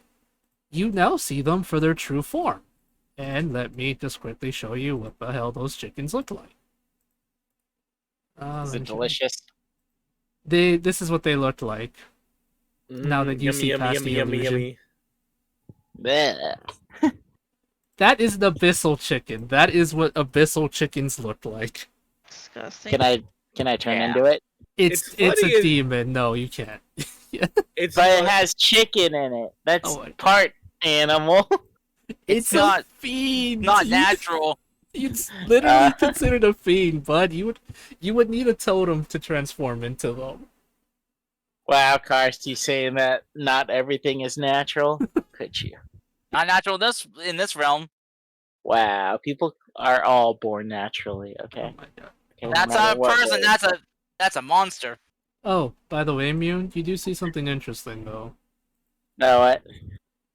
Something you didn't see before. Well, you did see a tree in kind of like the chickens. I should have mentioned this actually. This is my bad.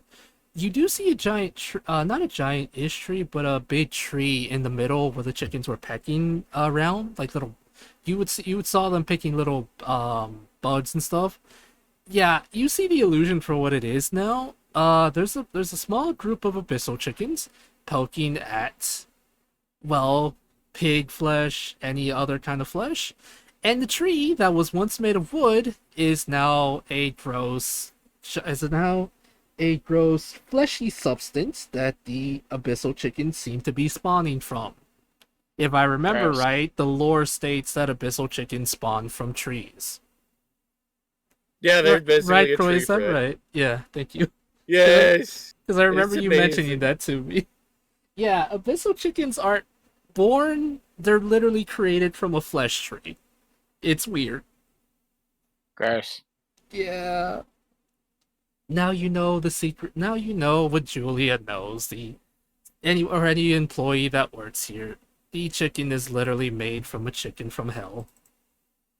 That you know what? At the same time, that ain't the most grossest thing I've ever had at a fast food joint. So Yeah, no. Apparently, though, from what I understand, they actually taste good. They're actually kind of delicious. Demons apparently love the crap out of them, but then again, demons are Listen. weird. Yes, Cody. It's not the fact that. It's not that they're gross. It's that we have to kill what we need at the beginning of every shift. And the little bastards fight back. Yeah. let me just quickly read to you the biography. Abyssal chickens are carnivorous, temperamental. Yeah, they're carnivorous and temperamental. Julia's not wrong. They will fight you back if you try to eat them. That's and. I just can't imagine this. Julia just being like, "You want to know how I got these scars?" Oh my Julia spent their years here basically being a pigeon in a cockfight. God. Oh God boy. dang. But yes. Mhm. I do want to ask out of curiosity: is anyone coming? No, actually, everyone is kind of. Since Chet yelled at everyone, at the moment, everyone is too scared to go to the back because they don't want to piss him off any more than they already have. Okay. So yeah, you guys still have some time to look around. Mune, that is what you see. If you do want to turn into Abyssal Chicken, you will need a special totem for it, because technically, fiends don't have normal properties, and at best, you could probably turn into Ichor. But I don't know if you want to turn Yeah, into Black Ichor. Yeah, druids turn into beasts, I'm not fiends. a demon lord druid, so obviously that means I should later become an abyssal type. Okay, middle schooler. Yeah. Shout out to Seraphet, the druid from my Sunday game, who had a every one of my players got a custom evolving item at the start of the campaign that gave Nice. them their signature abilities. She could turn into monstrosities, and also for her last improvement, instead of being able to expend both of her wild shapes to turn into elementals, she could expend both her wild shapes to turn into a Spinosaurus. Spinosaurus. I'm a That- dinosaur. That sound is the druid a moon druid? Because that sounds like a moon druid ability, where you can spend Yep. 2 of your points to turn into an elemental. All right, Yeah. Yeah. all right, Gregory and Lumi, you're now on the clock. What do you guys do?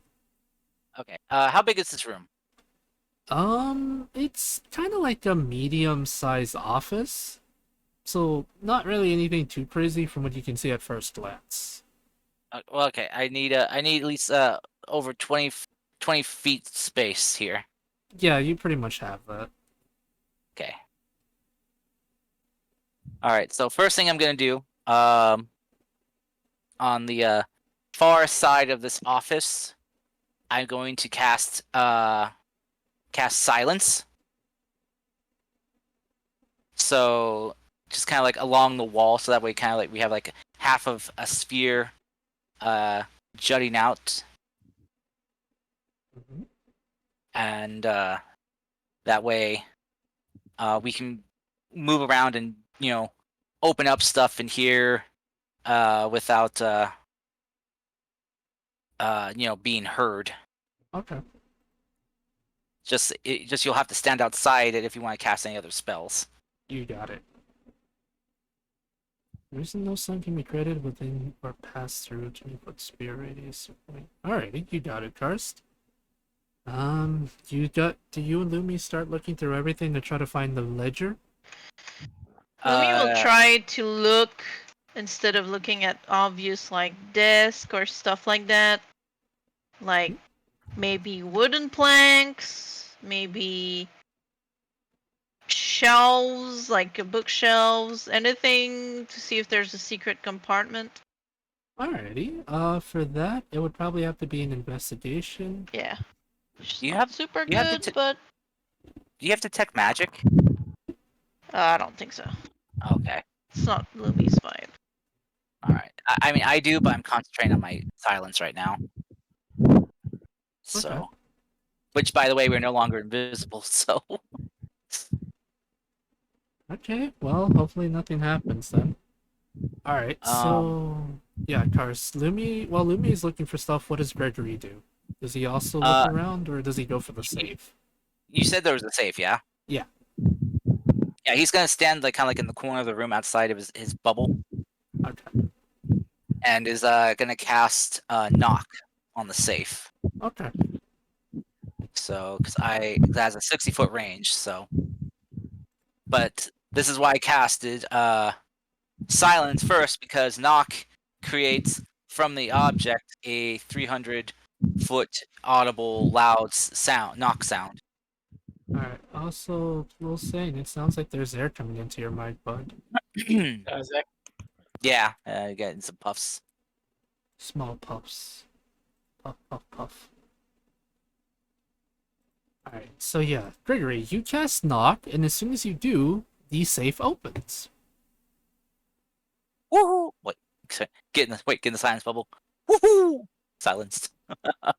The object you can see within range, the object can be a door, a box, or a chest, a set of mechanics, a pre-lock, or another object that contains. Yep, alright, it opens up. Yay! Inside of it, you see some notes, a black crystal, and what appears to be a book. All right, Gregory's gonna take the book first since we're looking for a ledger first. Okay. And he's gonna. Is it a locked book or is it an open book? It appears to be a locked book. Ah, damn it! However, when touching the book, I will, however, say this: when touching the book, Gregory, it gives off a weird feeling. Like, just touching it makes you feel not, I don't want to say grossed out, but makes you feel like something about this book is wrong. Like it has a cold chill down your spine the more you look at it and the more you hold it in your hand. Okay. How heavy is the book? Not really Is it- heavy at all. It's kind of like, Is it less than 5 pounds? yeah, it's less than 5 pounds. Okay. I want to open it to make sure this is what we're looking for first, but Okay. I don't know if we have the time for that. Okay. Speaking of, out of curiosity, is there anyone coming? Well, Turtle, there is a bit of a close call. You see one of the employees try to sneak get out of the kitchen, but as soon before they can, you hear the sound of Chet telling them, "Where do you think you're going?" as the employee moves back to the kitchen. Lumi, actually, real quick, Lumi, while you're Dang. looking around, you do see something. Just so something, technically Turtle is not invisible either anymore, unless Yeah. they use their own spell, if they have it. Oh shit! Yeah, just no, I just did. want to point out. No, it's my own spell. Oh, okay. Yeah, y'all- yeah. Did you already cast your disguise self or whatever? Actually, I feel like I probably would have cast Disguise Self right as soon as I would have heard somebody coming. So Yeah, I probably gotcha. would have done that. So you wouldn't be invisible anymore. No, but you would have. But if you do look outside, you would see a woman wearing like a very like somewhat loose blouse, purple blouse.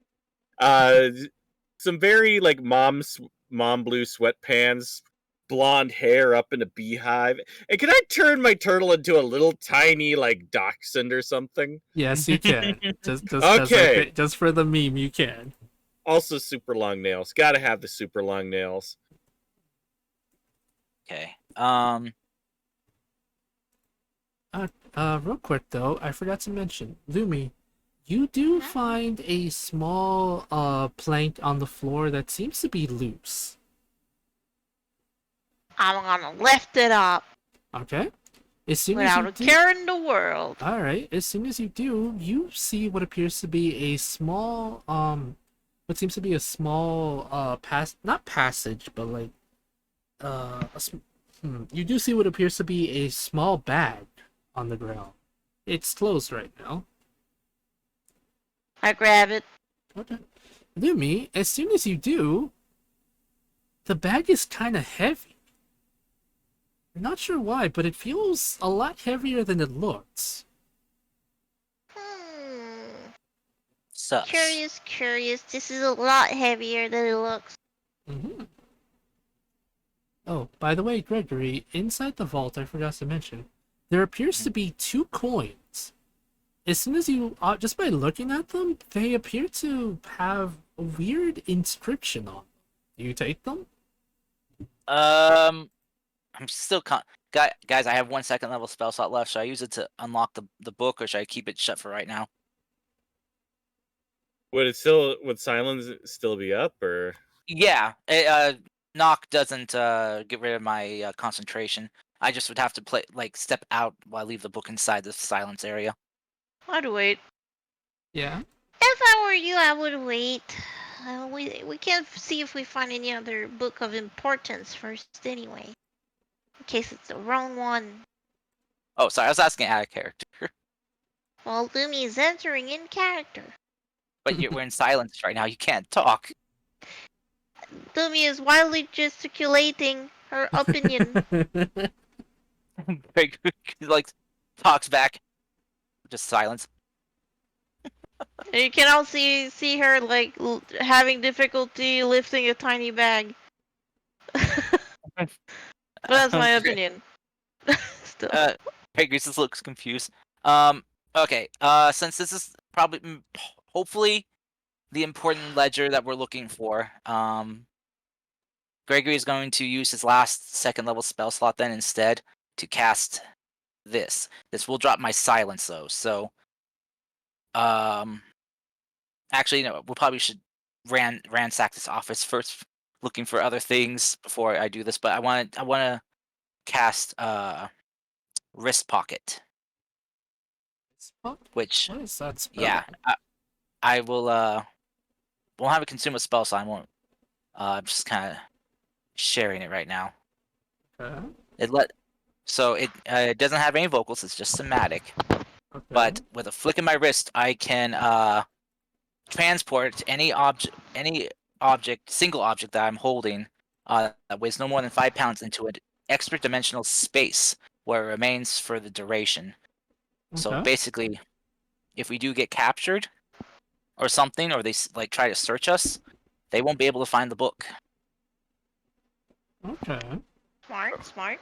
for 1 hour. And Alright. only I can call it out, and there's no physical sign or anything that there's an extra dimensional space. That's very good. But if the hour does go up though, then the book just appears at my feet. Okay. So, alright, so you hide the book then, Gregory? Is that what I'm hearing? I want to do this as soon as we're getting ready to leave, Okay, gotcha. because Now, this will drop. As I said, this will drop my silence because it is concentration. alright, now very important question. Do you pick up the 2 coins in the safe? I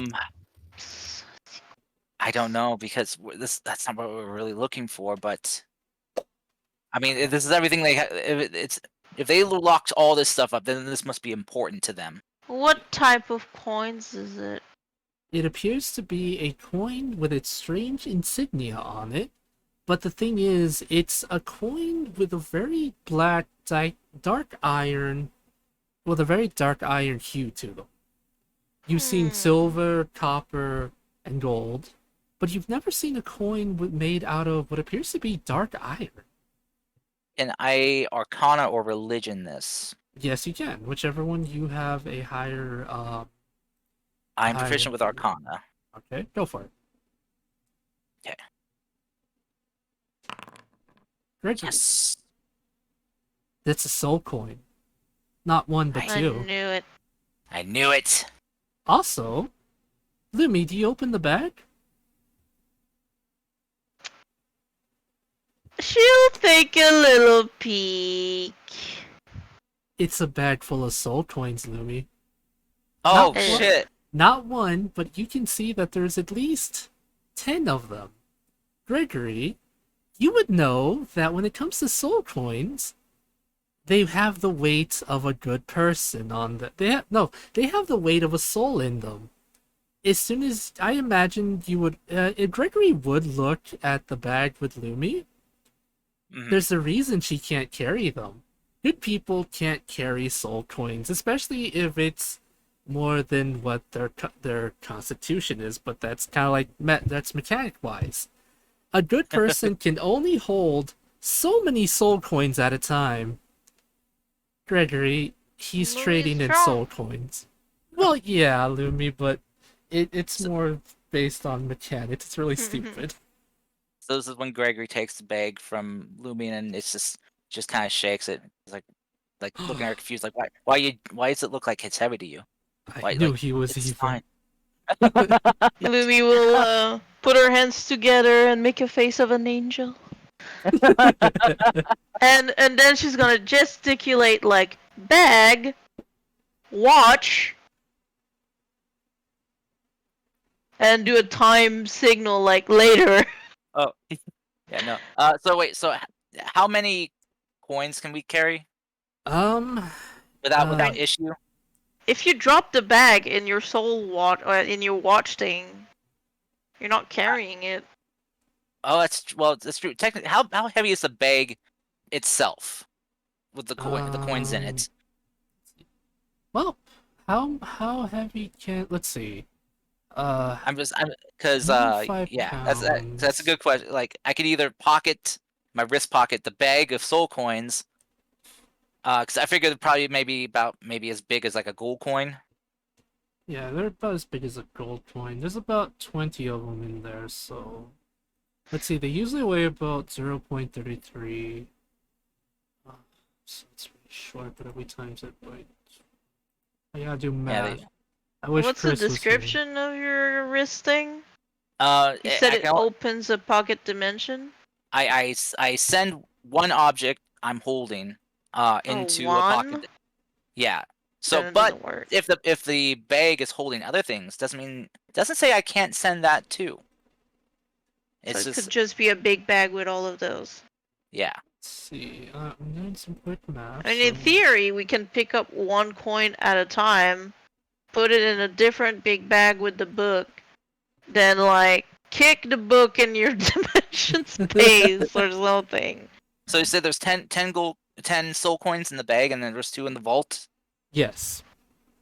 Okay. I did actually do the math. The bag it actually weighs less than 5 pounds. Okay. Well, again, the dilemma is I can only pocket one thing. I can't. Also, thanks for the hydrate. Lumi will just remove her cloak, and she's gonna put the book like on the cloak, fully extended, and she's gonna be ready basically to make it a nice package.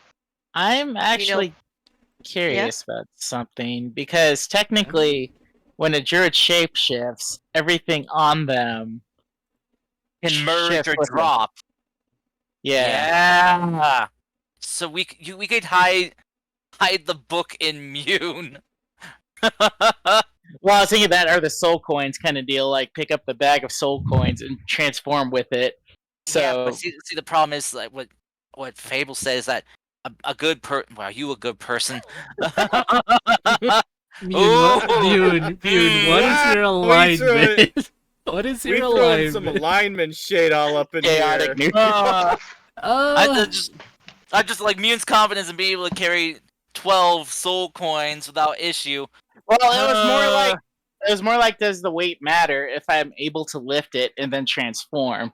Because then it becomes a part of me, and then I can move out of there and then transform back and drop it, basically.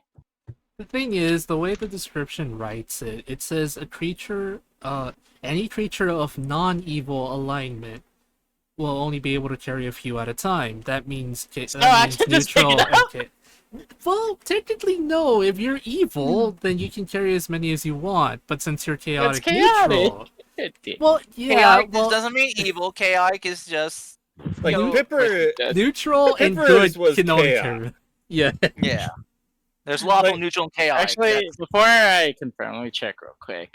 Where does it say on the thing? What? Your alignment. Yeah, is it under features? No. It's under biography. Oh my Sorry. lord. Because like even Gregory I listed him as chaotic good. I don't have it listed, so I'm gonna just go with chaotic neutral. Okay. I mean, the way you play, yeah, that makes sense. Yeah. All right. Okay. Well, I mean, I still can turn. I still can carry more than a good person, right? Because I'm not good.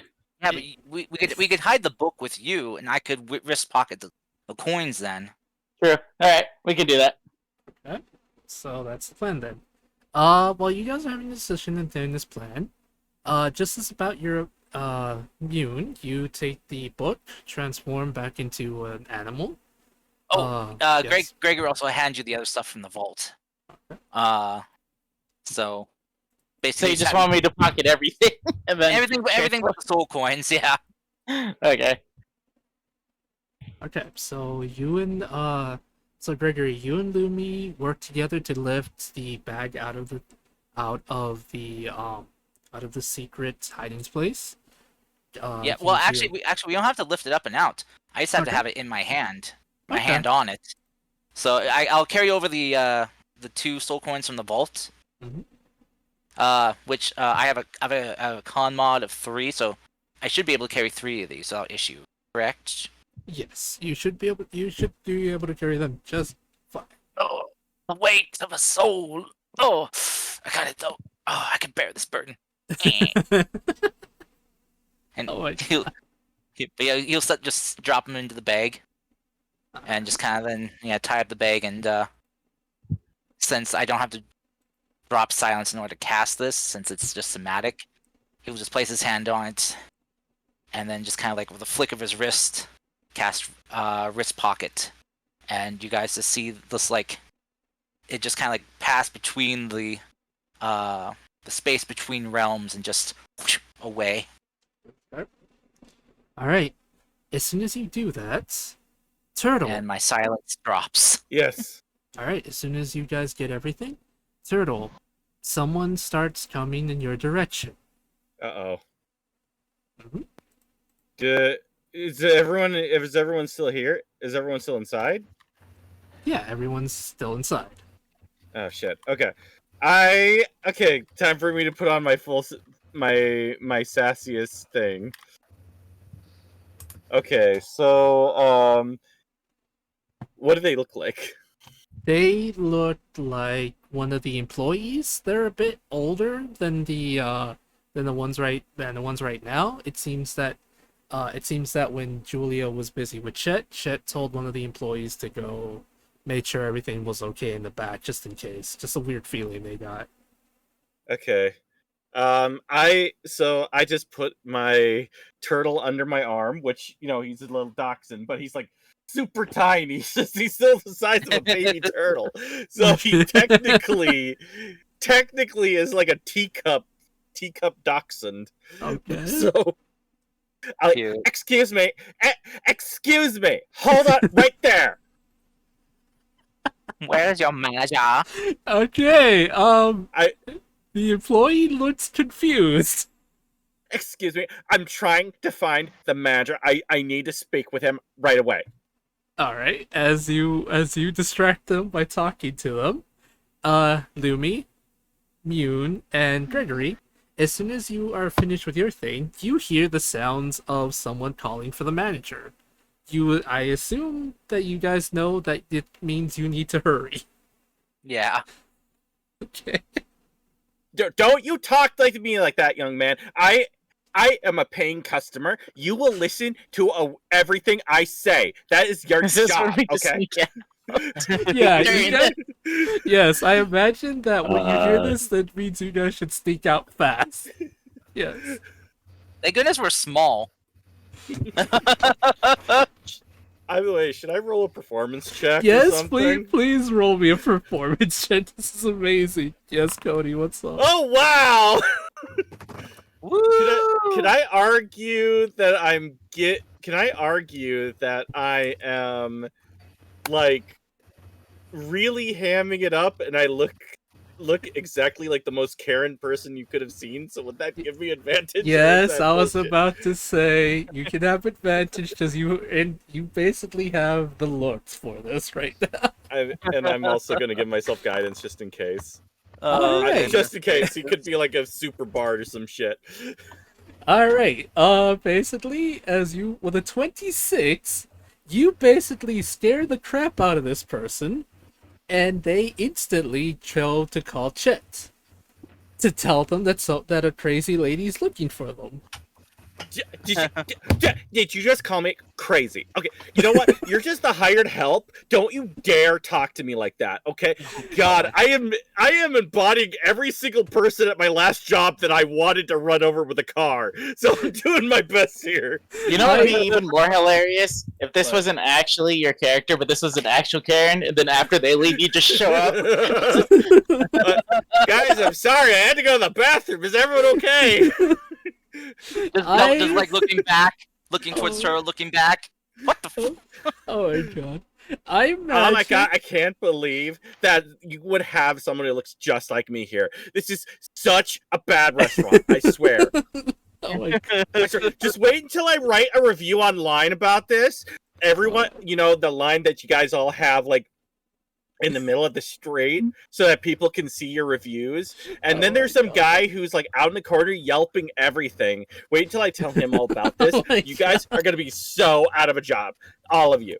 All right, Turtle, as you do this, I imagine that you really get into the part that you follow them into the kitchen, because I know there's stories where actual Karens do that just to be really annoying. I can tell you stories of shit like that happening.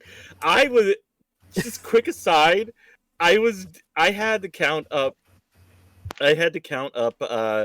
the lottery tickets for the night, and as I was counting the money, I had to leave quick, and then I walked back in, and Karen just pushed in right past me to demand, and I was like, no, you gotta get the frick out of here right now. There's money in here. Please leave.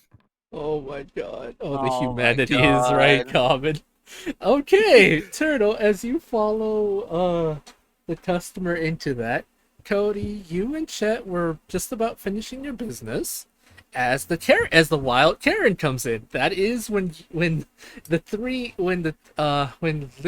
Mune, and Gregory can safely exit the back room, the manager's room. I want the number of your CEO right now. Oh my god. Okay. So yes. Sorry. No, you're fine. This is hilarious. I'm terrified. So yes, Lumi, Mune, Gregory, you safely make your way out of the manager's office, out of the room, as you watch as this person follows someone into the kitchen, which you hopefully assume this to be Turtle right now. really hamming it up. Yes. Basically, after that, you guys make your way safely outside, or wherever the meeting spot is. Chet just has a look of, oh, if it's not one thing, it's the other. He says, alright, listen, if we're done, I gotta go deal with this shit right now. Here, just take this bag. It probably has enough gold for all the stupid stuff, right? I think this will cover your fines, yes. Deal with this young lady's concerns. Okay. See, this is the kind of like person you should have working at your restaurant. Not like this person. Oh my god. You know this I understand that you are looking at me with your lusty eyes. I understand, but this is not the time or place to look for this, okay? This is the problem that we have with the help around here. Oh my god. Do Chet and Turtle leave? Yeah, I imagine that Chet and Turtle will leave. Before I leave, I will forgive this if you give me at least like one of every single Happy Meal toy that you got back here. Then we can let this go. He just like sighs heavily. He's like, yes, of course, ma'am. Let me do it. Let me get that real quick. He like snaps his finger at another employee. Get this lovely lady whatever the hell she wants, as long as every single one of those Happy Meal toys, at least one of each. Yeah. Especially the blue unicorn. I need the blue unicorn. Okay, yes, that is a requirement.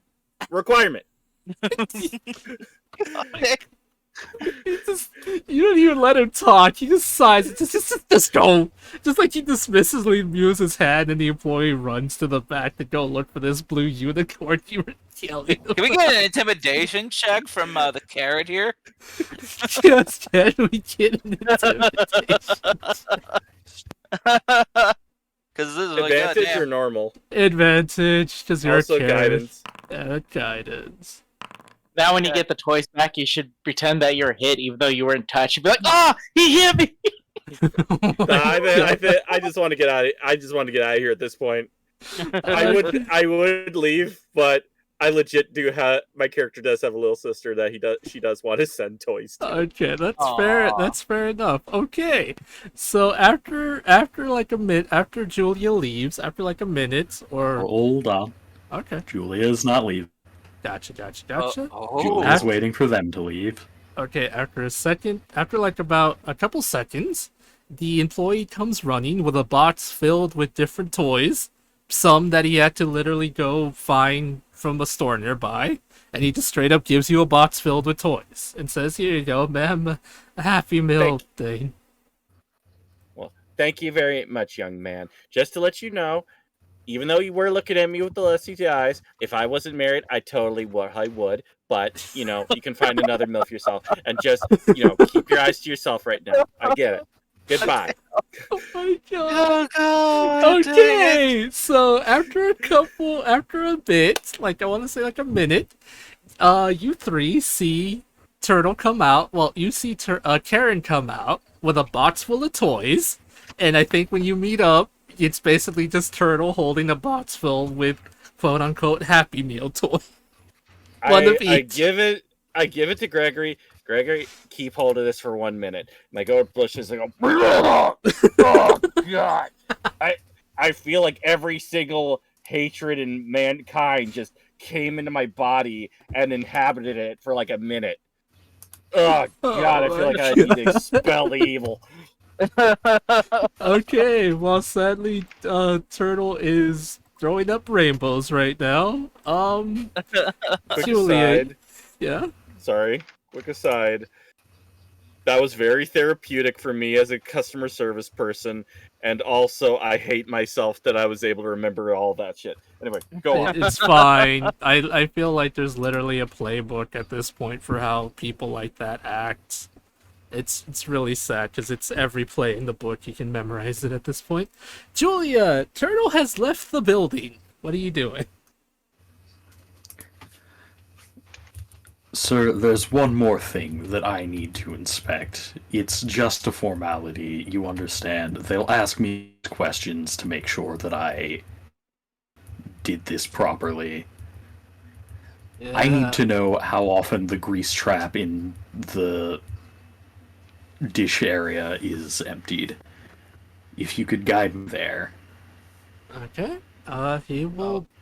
He will defeatedly guide you to the grease trap.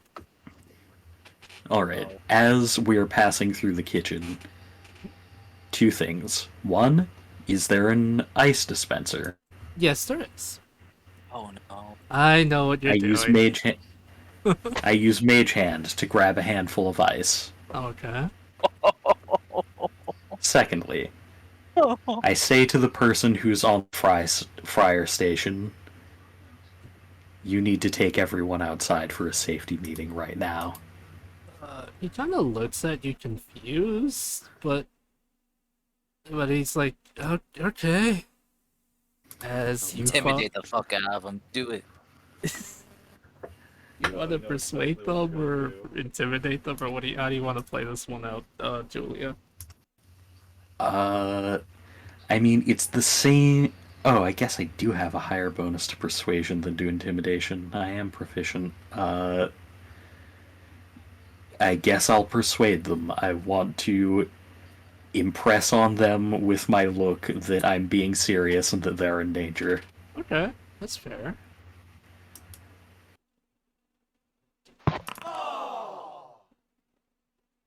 You got a natural 1, but that's still a 12. I've never seen. Go ahead. No. I've never seen the literal number 1 pop up like that before. Yeah, it's new. Alright. Would he have advantage because of his health inspector persona? Yes. Roll again, Julia. Come on, Julia. Come on. Alright. No double whammies. No double whammies. Come on. Big money, no whammies. Big money, big. Yeah. There we go. All right, Julia.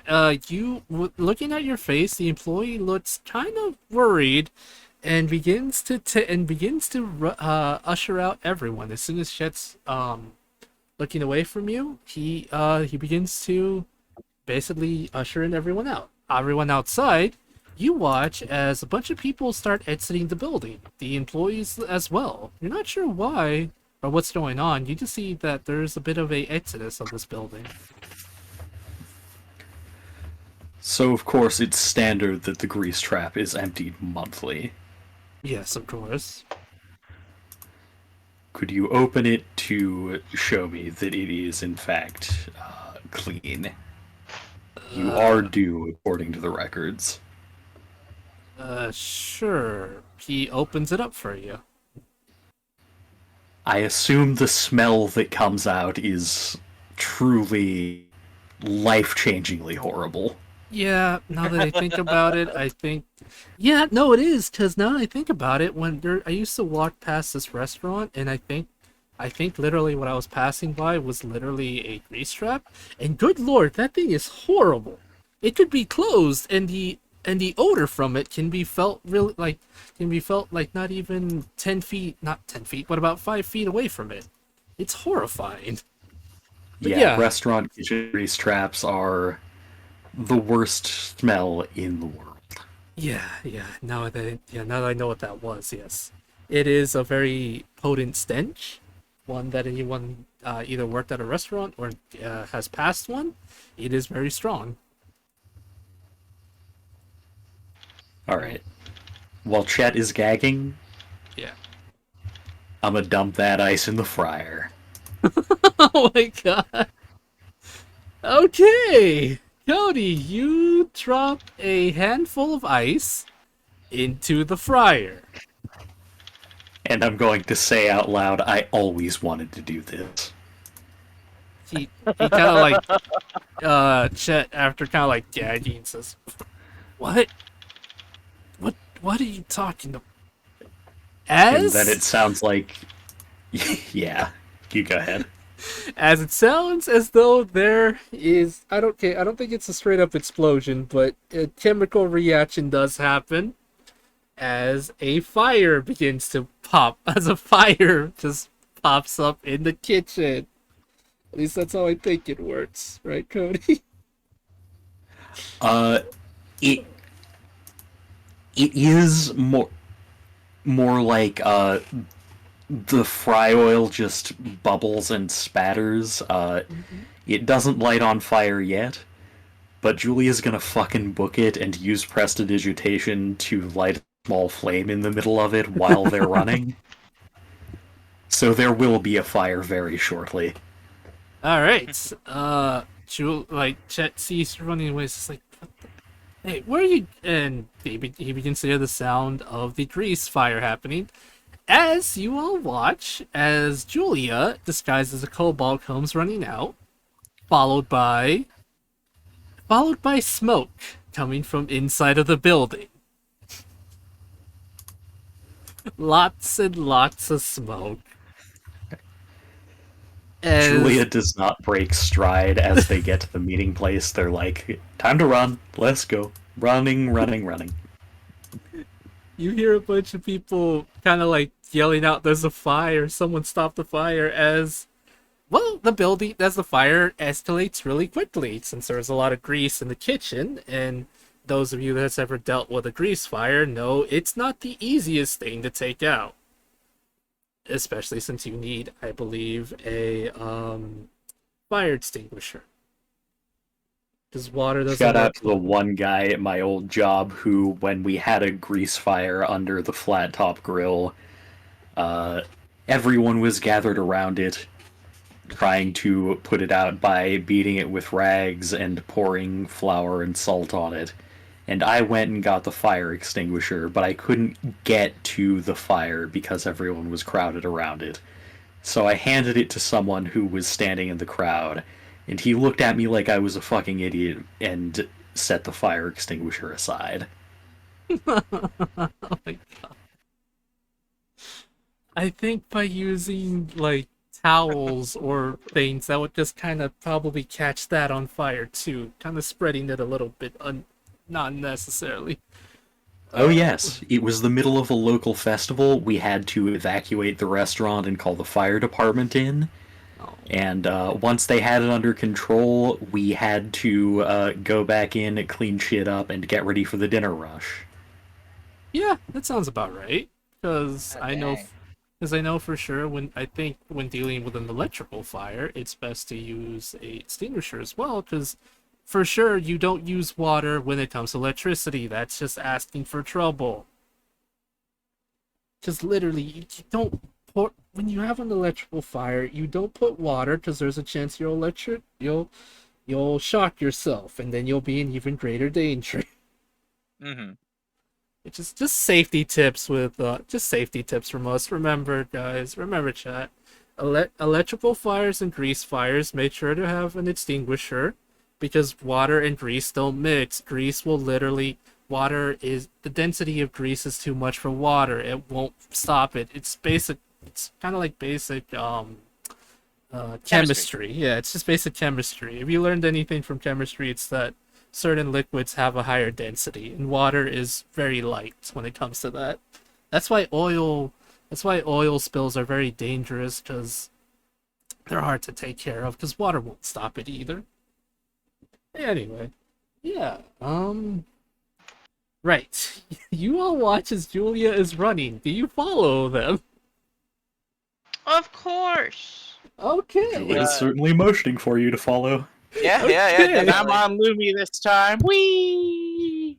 Okay, so you begin running, and the last thing you hear is Chet yelling out, yelling out, "Oh shit, there's a fire!" And that's it. That's the last thing you hear Chet ever say.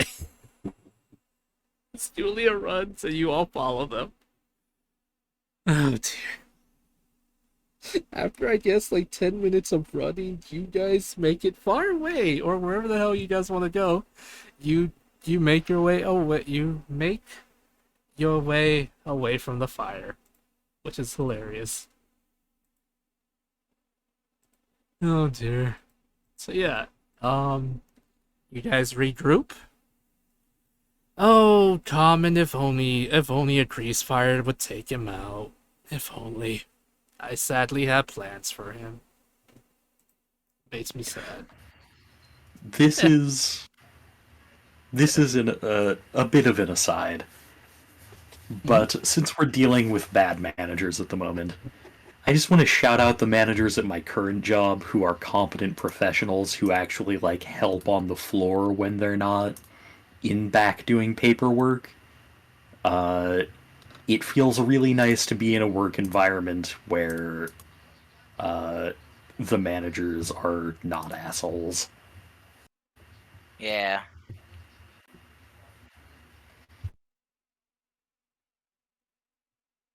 Oh, no. Never mind. So yeah. Someday. Someday. Someday. If only someday, yes. I don't know why I was gonna go somewhere out there. But yeah, you Oh, guys. wait, that's sorry. You're fine, Someday bud. You're fine. I will. Oh my goodness. I feel like nope. Anyway, so yes, you guys meet up, talk about what you find, safely away from any and all grease fires. You did it, Julia. You got the book back. Let's see, yeah, you did it. You got the book back. You set fire to a building with only one person in it was Chet. I'm proud of you. Wait, isn't he like resistant to fire? Well, we'll see what happens if you ever meet him again. And hopefully never again.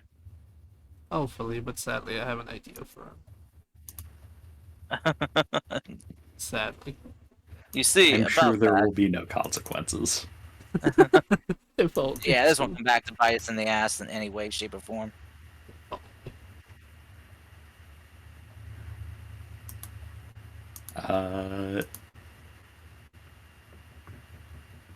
Julia does want to inspect the bag of bribe money. Okay. I actually First of rolled all, for just it. to see how much they got. Alright, I did And roll second for of all, just making sure there's no tracking runes or anything on it. Alright. No, I did roll for it, Julia. You did actually. You got a really high roll. You got exactly 80 gold pieces. I rolled a D100. And chat. Booyah. Yeah, I did roll D100, and it was 80 gold pieces. There does appear to be a bit of a rune. Well, a bit of a rune in the bag itself.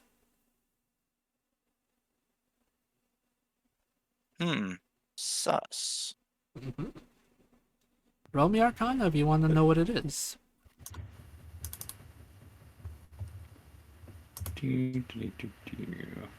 If only he was dead, Common. Also, Common says. What? I don't know if you all saw that, but it started playing the Whoa. X-Files music and Yeah. showed me a UFO because you got a natural 20. Crit noise. I Damn. don't So know. loud. That was very loud. I'm gonna be I completely. Yeah, I put my. Sorry. No, you're saying, bud. I put my foot up and I was like, "Fuck! Did I turn on X Files and then hit the space bar and play without my knowledge? What happened?" I don't know. Like, it's just the mod I have that kind of just that celebrates natural 20s and just does the oh no or other such noises. But I guess when the people that work on the mod updated it, they decided to add random effects because this is new to me too. Man, yeah, that I was think- odd. I think the worst part was like I can't tell whether or not it just played 3 times for me or if I just heard everyone else's audio at the same time. I don't know. I don't know either. That was weird.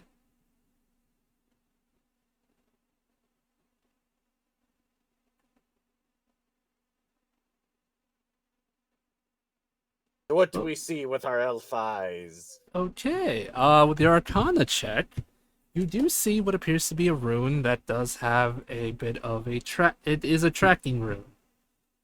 It's kind of sewed into the bag itself, so it might be a good idea to get rid of the bag as soon as you can.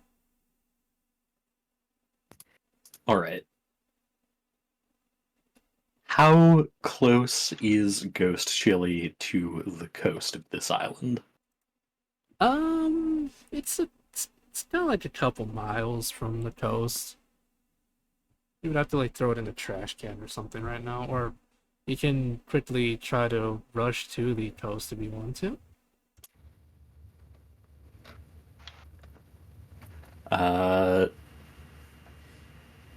Let me ask this. Are we close enough that there are any seagulls? Yes. Julia's gonna call out in seagull. Oi! There's a Alright. shiny and a fry in it for anyone who takes this bag. Alright. I imagine that the seagull, as soon as it hears you, starts doing the mine sound starts just saying mine like in Finding Nemo and comes for the fry and the shiny.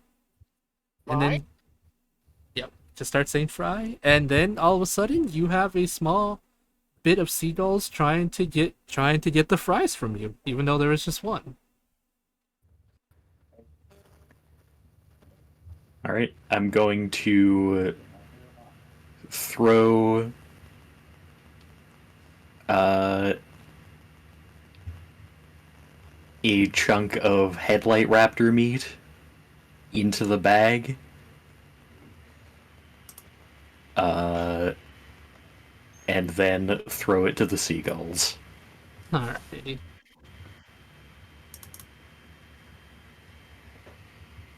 And also a handful of copper. Okay. They will gladly take it away and start flying away with it.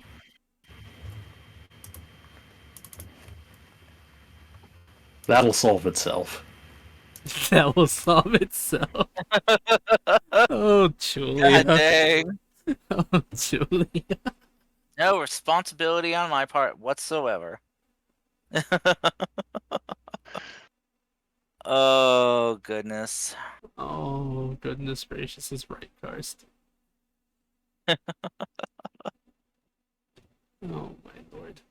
Alright, now that you're hopefully in the safe area, what's the plan? Do you want to try to open the book first? Oh, yeah. Shouldn't we? We gotta get Mune to someplace safe where they can change back. Out of character, weren't we told not to open it, or am I just going crazy? Well, we gotta get it to like Julia. You know, Julia will probably know what to do more. No, did the carnival dude tell us to bring it to him, kind of deal? Did he say that we should open it, or no? Just bring him the book. Oh, good No, point. That's what I'm asking. he didn't say anything like that. I He don't- just said that he can take the book and hopefully do something with it. He never said anything Ah. about opening or You know- closing it. All right. Well, either way, I'm changing it back to give it to Julia. So, Okay. it's in Julia's hands now. Yeah, Julia can decide what they want to do with it. If they want to open it, then Gregory can, help open it. But you know,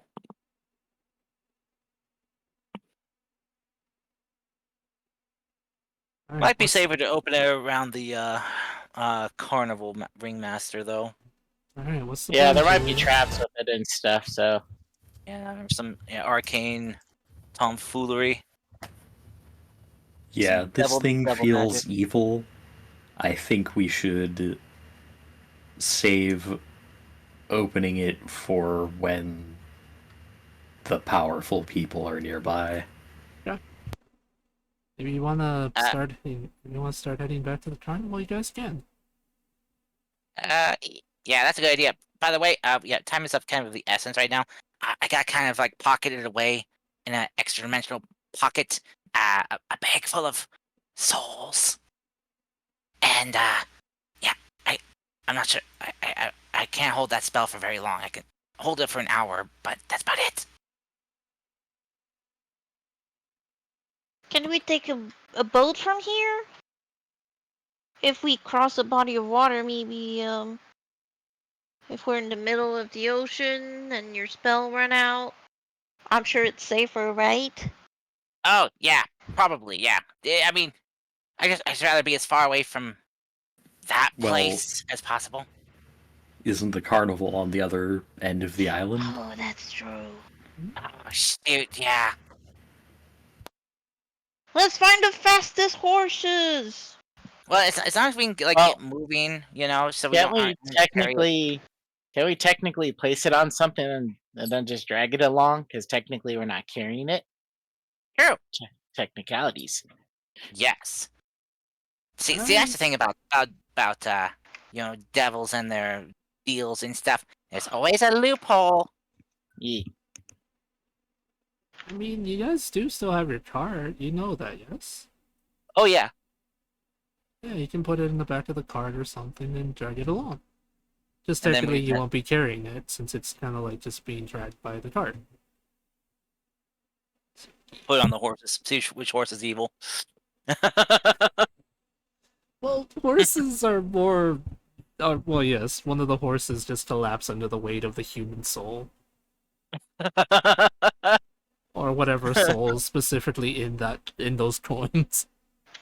True, it might Horses not- are all evil by default. I thought llamas were all evil by default. Yeah, I thought it was llamas too. Or is it alpacas? alpacas. I think it's one or the both. other.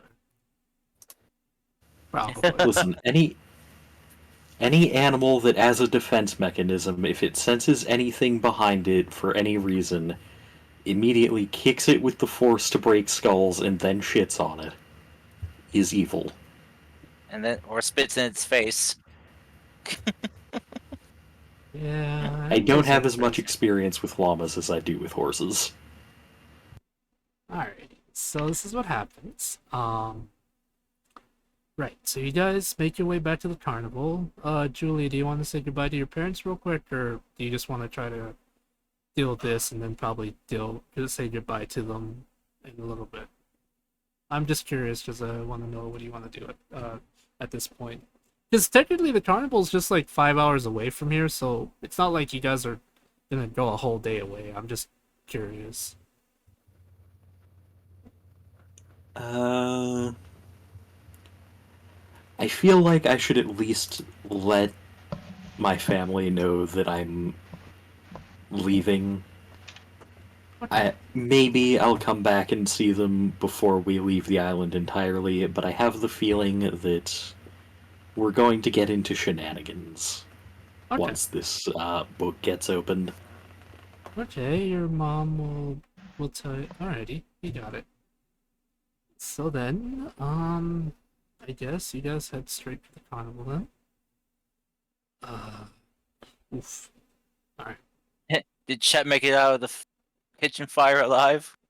Well, we're nowhere near the thing, so you're not really sure if he did or didn't right now. Well, since I've met Julia's familia now, I can send a message to him and ask. So yeah. So if you ever want to send a message home now, that's real quick, Julia. I can message him. Okay.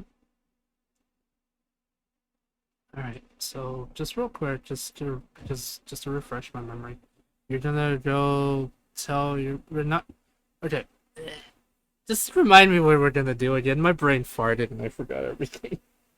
Oh dear. How could you? I feel embarrassed. It's okay.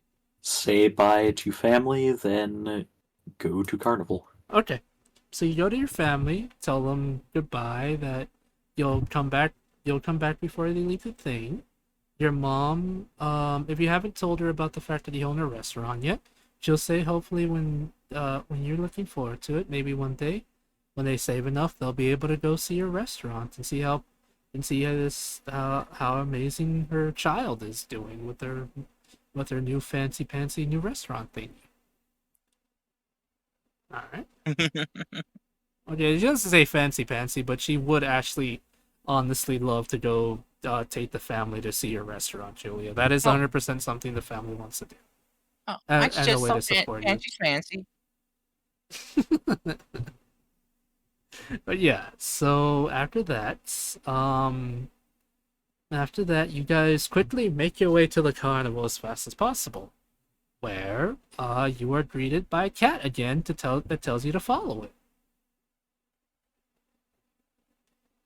As you do so, you are taken to the main office of the main tent of the ringleader, and he greets you happily. He says, "Well, hello there. Well, hello there, my dear friends. What can I do I do the pleasure for again?" My.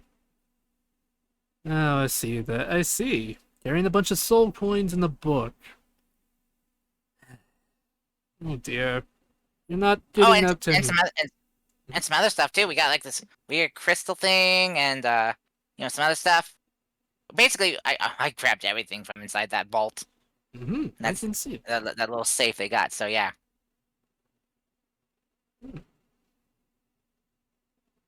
Well, may I see the crystal real quick, Gregory? Oh yeah, sure. He's just gonna like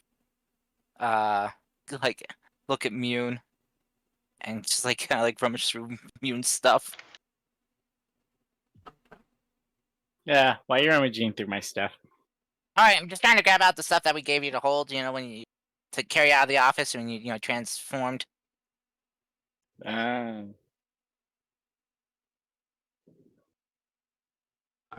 As soon as you show him the crystal, he looks at it with both hands, and says, "Interesting. Gregory, this is actually a memory crystal." Ooh. Like the name implies, it is something that can be used. It's something that's used to store memory. It really depends on the person who has it, but you can mostly find this in more noble houses or sometimes in a bit of these sunless roads, but they're quite rare. The fact that you have them, it might have something to help you with whatever it is you're doing. Note that certain memory crystals have information, while others may just have a memory said person really cherishes. whether that's good or bad. I see. Could this memory crystal maybe help someone learn a language? Looks at Mune. Not necessarily. It's more like you hold a precious memory in the crystal. It's not. It doesn't. It won't teach someone a language. There's certain magical books for that. But Hmm. no, What if this is it's a not for that. kinky memory? It's possible, Lumi. Like I did mention, certain people tend to enjoy those sets of memories. It varies from Lu- individual to individual. My goodness, Lumi, how lewd. I'm just trying to think what kind of memory that the loser manager would have. Probably something from his peak years in high school.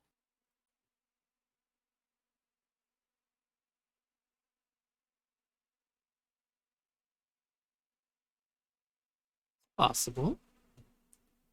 Well, we can get to that later.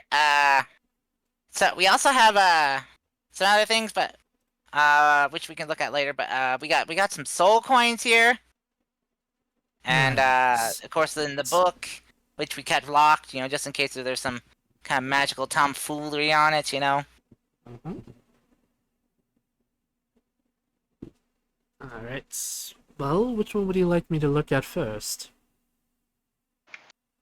Probably the book. I'm not really sure what to do with soul coins, cause Well, not sure how. there's a couple things you can do with them. All of those things are actually horrifying. One thing is, Okay. well, the two main options you can use with them are simple. One, you can use them to power an infernal machine. However, you are risking the chance to destroy a good soul and power up a machine to ride in it. Or two, you can quite literally ingest the coin and heal yourself. Oh, It's I something power that up my infernal engine. you're not hurt, Mute. You're not hurt. Oh gosh. no. Here's the thing: demons can't heal normally through magic, through healing magic. It literally hurts them, so they Big found ways surprise. around it. They will eat the soul coin and heal themselves through that. It is also Aha. possible for you all to do it too. However, I don't recommend it because you'll literally have metallic iron in your body, and I'm pretty sure hoblin as you refer to yourself, biology does not digest it in that manner. Well, also, I just wouldn't want another soul in me. One is more than enough. I It's mean, you won't I'm really. not big enough to house another one. It's not that you'll have the soul in you. It's more that the soul will become energy to fuel your body. Think of it as nourishment, but at the same time, saying it like that actually makes me feel gross. So Yeah, let's just no, forget that. no, thank you. I don't. I'm good. I don't. Yeah. He's just like, Mhm. it's like tries to shove the bag over towards the ringmasters. You can maybe find a way to free the souls. It is possible, yes. Let's see. If I remember correctly, freeing the souls is quite easy. We just have to use something like remove curse. However, however, the fact that there's 12 of them in total, we would have to find someone to, either one person to remove curse multiple times a day, or find a small coven of healers to do that all at once. Me and Gregory can do it. I just don't have it prepared today. Yeah. Remove curse. Remove curse. Gregory just starts going through Or, his if you cards. want, I can easily just try to do it right now. I've never really removed curses. I remember I one time gave someone a curse, but to be honest, he actually had it coming. Well, I have enough energy to do it twice. Right now. Mhm. Well, you had it Hmm. prepared? We're going into a place that bartered in souls. I never didn't know what we were You're gonna need. crazy. I'm paranoid. You're crazy. You're crazy. Is there... I doubt it, but That's not where Julia's soul is, right? Julia's soul is not in a coin, right? No, Lumi, if Julia's soul was in the coin, they wouldn't be here right now. Oh, Yes, Oh. I've soul. never seen those. So Yes, this is what happens when the person dies. Yes, when the person dies. See, right now, Julia is not an empty vessel right now. Apologies, Julia, if that offends you in any way, shape, or form. I'm just trying to give an example. Julia still technically has their soul. It's just that when they die, their soul would go to the person they made a contract with. Once the individual is dead and their soul is within that individual, they will be placed in this soul coin right here. The thing is, Gregory, I can't tell what kind of soul is in this coin specifically. Could be a good person, could be a bad person. Hell, for all we know, it could be a poor animal soul as well. Demons aren't picky when it comes to souls. They'll take whatever they can. Wait, you think they'd have some way to be able to tell? 'Cause I figured maybe more righteous souls that maybe fell in a time of need would have more value than, say, like just like an evil, petty person who sold their soul for, oh, I don't know, a few more inches, you know? Yes, but the thing is, I imagine that the devil that did that would try to keep that specific soul closer to their non-existent heart, because imagine, like you said, a more righteous person falls from grace, and the demon so just happens to love every minute of their agony, they would probably keep it close to them. Like So on their these could person probably- or something. So these may very likely be maybe more nasty people, and well, I mean, even if they're nasty people, they shouldn't be trapped in a coin. Right, I You know, completely agree Sometimes with you. people do mistakes, Gregory, you know? Yeah, I'm Oh, just of course, gonna. of course. Now it's in my head thinking about it. It's like I feel sorry for the devil that has to make a deal with somebody and has to like stare at their you know what, you know. Yeah, you're right. Yeah. You know, it's not funny Yeah, though. You think though they'd be able to differentiate these coins, so maybe like with like the face or name of someone on the coin, some way to tell, you know, what kind of person they were or what kind of souls inside. I mean, it seems like a very porous barter system, you know, with these coins. Souls are Greg- power, Gregory. The thing is, Greg demons. bashing on the entire demon economic system. I mean, you are, but I can't really Man, speak you know, of it. if I was gonna establish an entire like soul-based economy system, you know, I'd find some way to, you know, mark or label, you know, higher value souls over others. You know, maybe Like some- with a face on them. You know, 'cause we got kingdoms that put the faces of kings and queens on their coins already. So you know, I mean, we even got the faces of other dead people on coins. Some people have moose on their coins, or Yeah, see? loons, or polar bears. It seems like these demons are very inefficient. You know. That Not that I doesn't- know what a polar bear is. Lumi, I'll be honest with you. That sounds pretty fake. A polar Yeah, bear. Oh my god. sounds like a board game money. Can I turn into a polar bear and just like not say anything, just look at them and see if they realize it's a polar bear or not?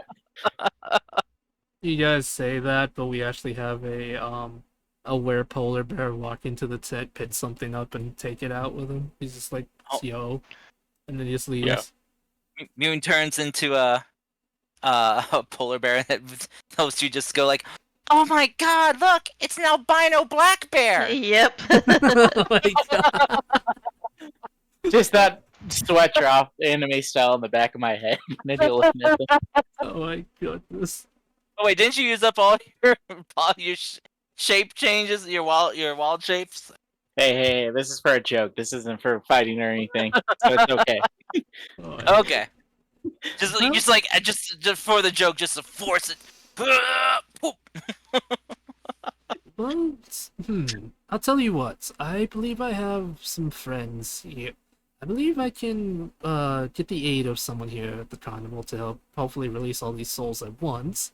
Once that's done, if they are good, they'll return. They'll hopefully go to the higher realms. However, I'm afraid if were evil folks in life, they'll be going to the hells. That's just how it works. I have no control over such things. But don't worry, Louie and Co. I will make sure that these souls are freed. The less souls we have, the better. The less soul coins we have, the better. Wait, who's Co? It's a turn of phrase, Co, as in your companions here. Company. Oh. Yeah, your company. I love how I have to explain that to Louie. But yes, now in the matter, the ringleader will kind of like, do a small whistle for a cat to come. He'll tell the cat to come to get one of the employees slash carnies here that they can hopefully help with all the soul points. Now for the matter of the book. May I see it? I mean, that's why we brought it here. All right. You hand him the book. He'll look at it and with holding it in one hand, he'll move his other hand over the book and say, "Oh dear, you were right, Gregory. This book does actually have a glyph of warding on it.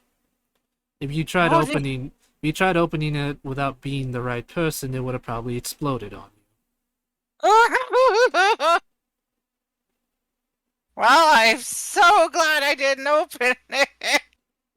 Though, I mean, if I did, I mean, the explosion would have been silence inside, my bubble of silence. But still, that would have hurt. Mm-hmm. Yes, it still would have hurt. All right. So, do you know how to dispel a glyph of warding? Yes, it's actually quite easy. You watch as he snaps his finger, as a strange puff of smoke comes from the book, and it opens. There you go. The glyph is the wards are off of it, and now it's open. As soon as the book is open, Lumi starts practicing snapping her little Her little toe paws. beans. little What? pause. Okay. Just the softest, just like fluffiest snap. Eh. No Alright. sound comes out. Yeah. All right. So the book is now open. Mhm. I was gonna say just the dry, rubbing skin sound of her paw pad. So the book is now open. As soon as it opens, you hear the faint sound of a scream. Oh dear, I hate dealing with devils. They're so dramatic and so just annoying. You watch as he begins flipping through the book and says, "Well, this is a ledger for every soul that they had. Why whoever the hell had this would have it on them? Either must be really trustworthy or a complete idiot. Maybe a bit of both. Some of these souls are dating all the way back to about 50 years ago, so they've been doing this for a very, very long time." Alright, I believe it's possible to free everyone's soul, however, I'm gonna need a specific flame. Lumi, I have a lot of flames. yes. Alright, let's go more to an open area. You all follow the ringleader as he says, "Lumi, I'm going to have you produce a specific flame. A very unique one I don't think you've ever done before, but I think you'll enjoy it." Okay. Alright, as soon as you come to like a bit of an opening, the ringleader will place the Welcome book on the back. floor. Yeah, I don't know. My Discord just died. Oh, My internet's no. been You weird. doing okay? No, it's just my internet's been Oh. weird. For the past like couple days, it's been kind of like up and down, up and down. And it's like you're just trying to load YouTube is like being a hassle. Mhm. I'm good. I'm good though. Alright. I figured just would take a second to reconnect. Yeah. Continue Alright. on. So yes, the ringleader will say this. Alright. So he'll place the book on the ground and say, "Lumi, I want you to imagine everything good in your life. Think of it like every holy thing you've ever seen. Just basically, as silly as it may sound, I want you to think of very positive vibes." Okay, Feel- I can do that. Fill your heart with everything holy you've ever seen, everything that makes you have faith in everything, and concentrate on the book itself.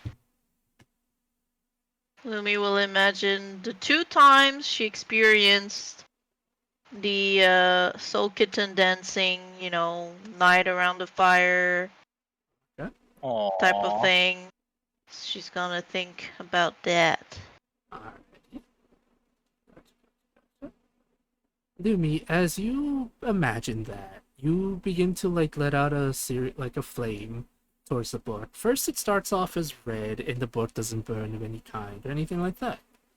But after a bit, imagining the soul kittens dancing, your budding relationship with this beautiful new tribe, the new tribe mates, all that good stuff, the flame begins to take on a golden, purish flame hue to it, as your once red fire takes on a beautiful golden radiant glow to it as the book begins to burn.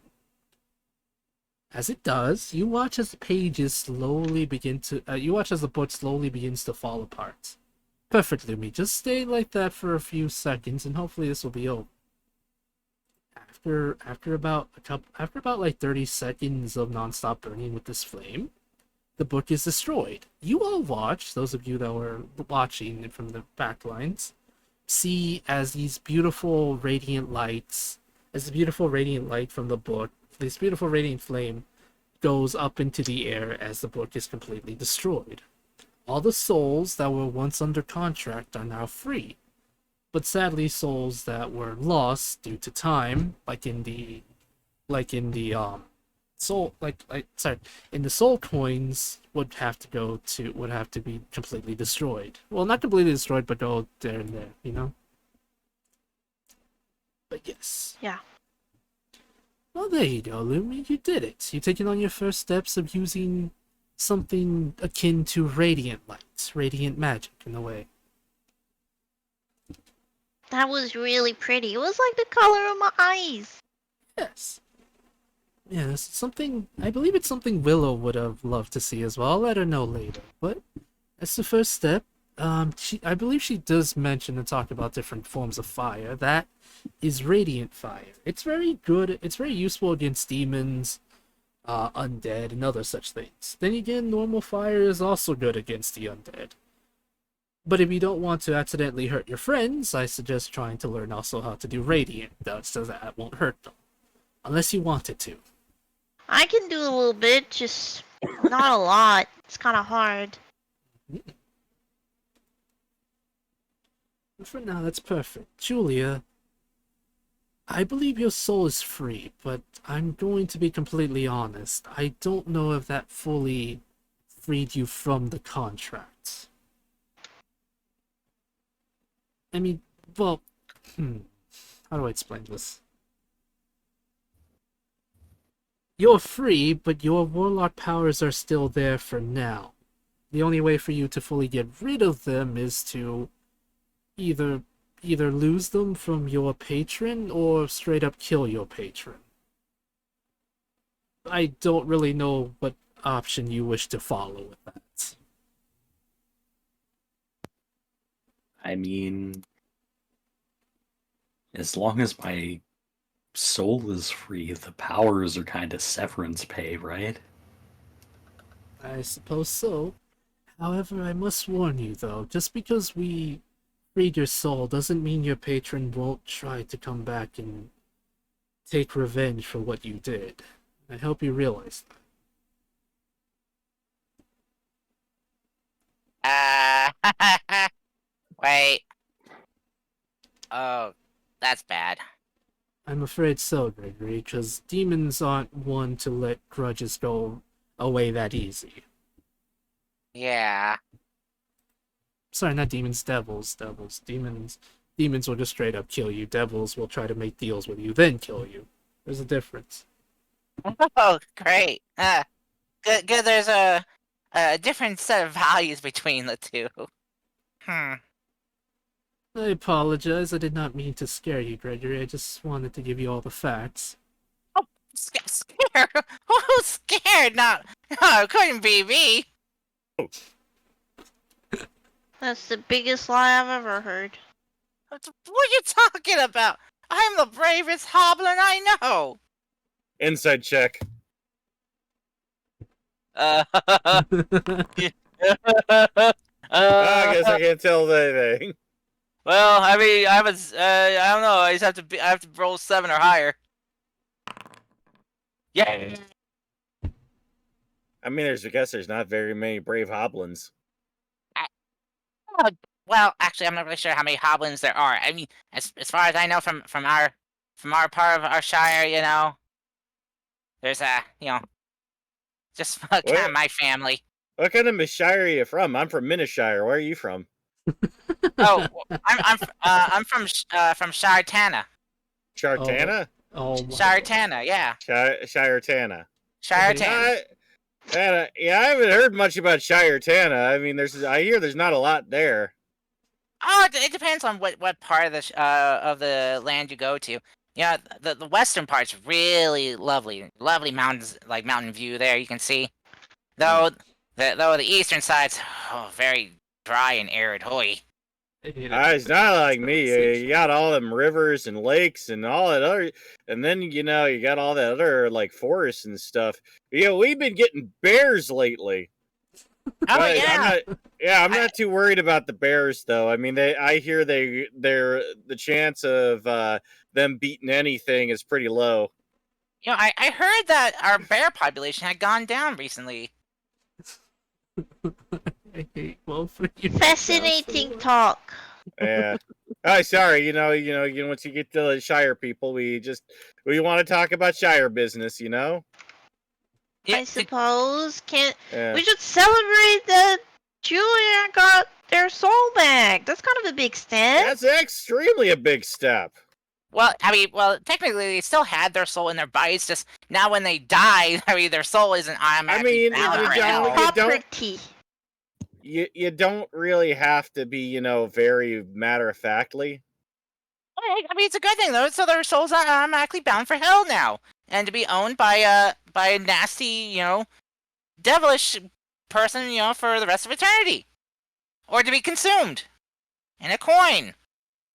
Dear Gregory, Yes. you might want to quit while you're ahead, bud.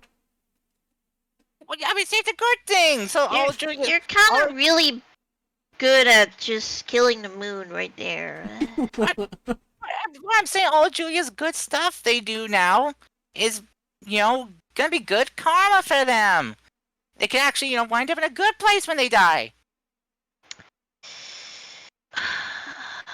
I mean, that's not really like the point, It's more like he's just free to do whatever he wants. I forgot. Julia, am I doing your right pronouns? I just want to make sure. They, them. They, them? Okay, they, them. Sorry about that. I do apologize. But they are trying their best,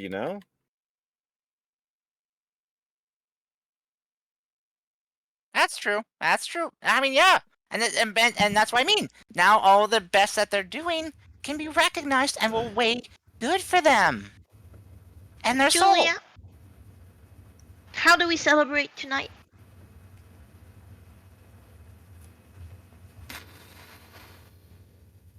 And also if you want to, I can perform a ceremony where we can, atone your soul. Even though you unknowingly, sold your soul away, so it's not really much to atone for, but if it makes you feel better. Also, with this, I can also hold a ceremony if anyone wants to later, where I can bond two loving heart and souls together, and for a day, and when you're together, you guys can get an additional advantage for any saving throws you make.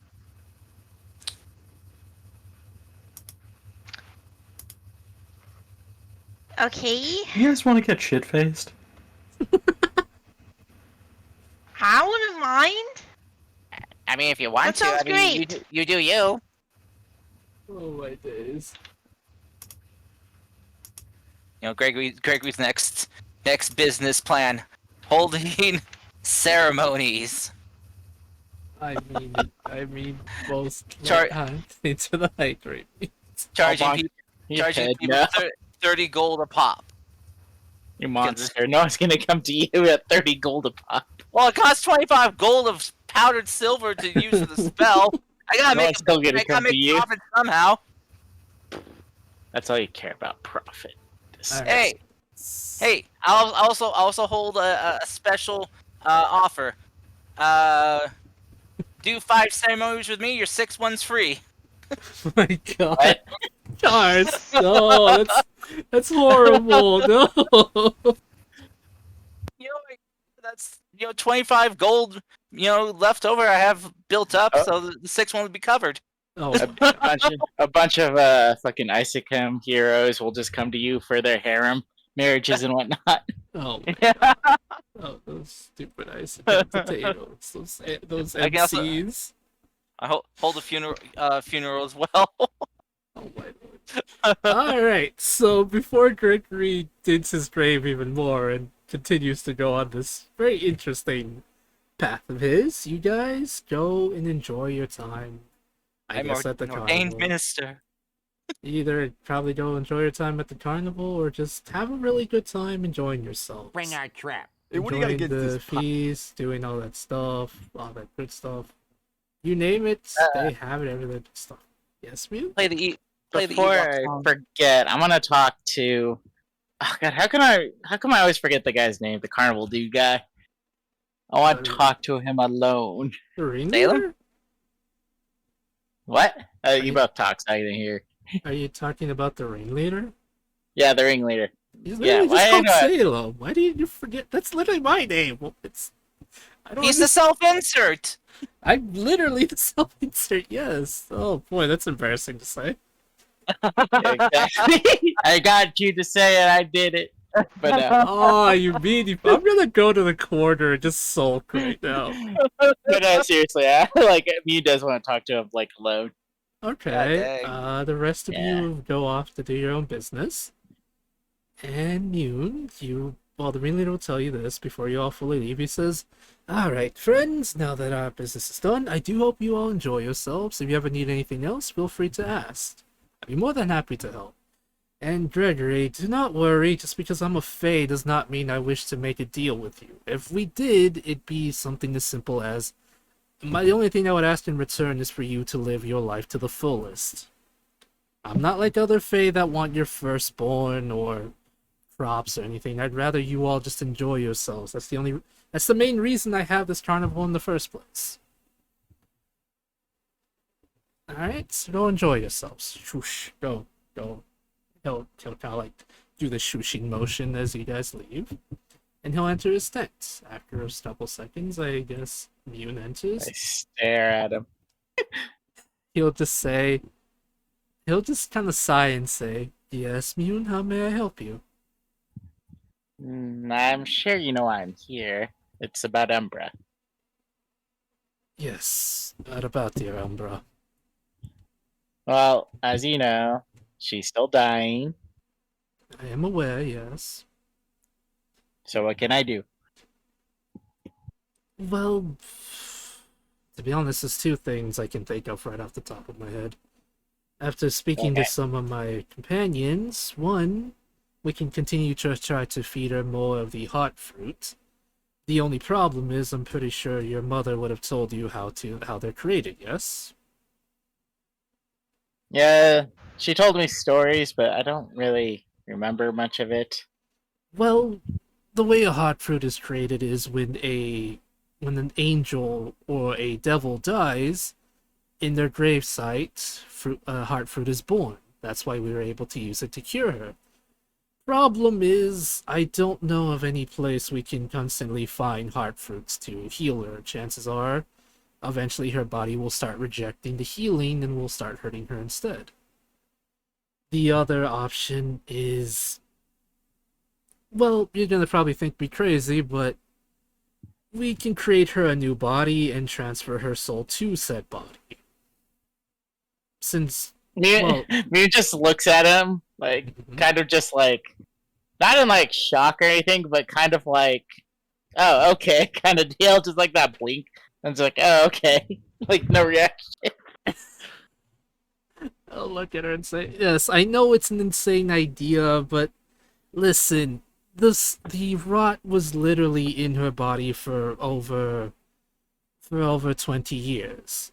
Eventually, her body got so used to it literally keeping itself alive that a lot of her organs and heart is weakened by it. We can transfer her soul into another body to try to keep her alive. It's possible. It's insane. I will be the first to admit that this plan is insane, but it is possible to keep her alive. Think of it as switching vessels, in a way. Okay. I'm going to be So, completely what do we need honest. for that? Right. We're going to need a new vessel and possibly a gem. What kind of gem? I can. Uh, Gregory probably has a bunch of gems for astrology. I could probably take some of those. Mune, we're gonna need a gem specifically from the plane of Earth. The gems here aren't strong enough or potent enough to hold souls yet. Mm. It just so happens that if we continue on this journey, you'll be able to come across the plane of Earth. Or at least I hope you do. But how much time do you think Umbra has?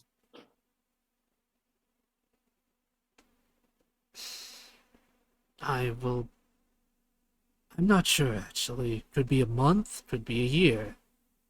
Everyone here are trying our best to keep her alive. With the rate of her decline, chances are she might only have a month left. Wishful thinking, Ew. I'm hoping a year. And I can't go back home yet, so that option's out. We're trying to get one. This would be so much easier if I could go home. I don't suppose you know other ways to get to the Earth realm? I do. Technically, you have access to it now, but you're just missing I one do? more piece. What's the piece? He points to your hairbands. No, I gave those to Lumi, so. Okay, Lumi has it. You know those green... Yeah, you're talking about the crystals, right? Yeah, you know those green Yeah. crystals you have? Oh yeah, I gave it to Lumi. Right, if you can completely fully create the gem itself, you'll be able to travel to the plane of Earth. And hopefully, and I do mean hopefully, make it so that others can travel back home as well. Okay, so we need to find. The last piece, But- yes. Was the last piece the red gem, or did we already have the red gem? You already had the red gem. The red gem is tied to the plane of fire. Right, but I thought that went in the center, right? If I remember. No, basically, the crystals, when you got all three of them, it will literally make a key. Okay. Not like an actual in the shape of a key itself, but the gist of it is essentially it's a key to the plane of Earth. In a way. Since, Last question then. Where's the last piece? about that, I don't know. I have someone looking into it, and hopefully he'll be able to answer that. My best guess is it's probably with the children of Rot.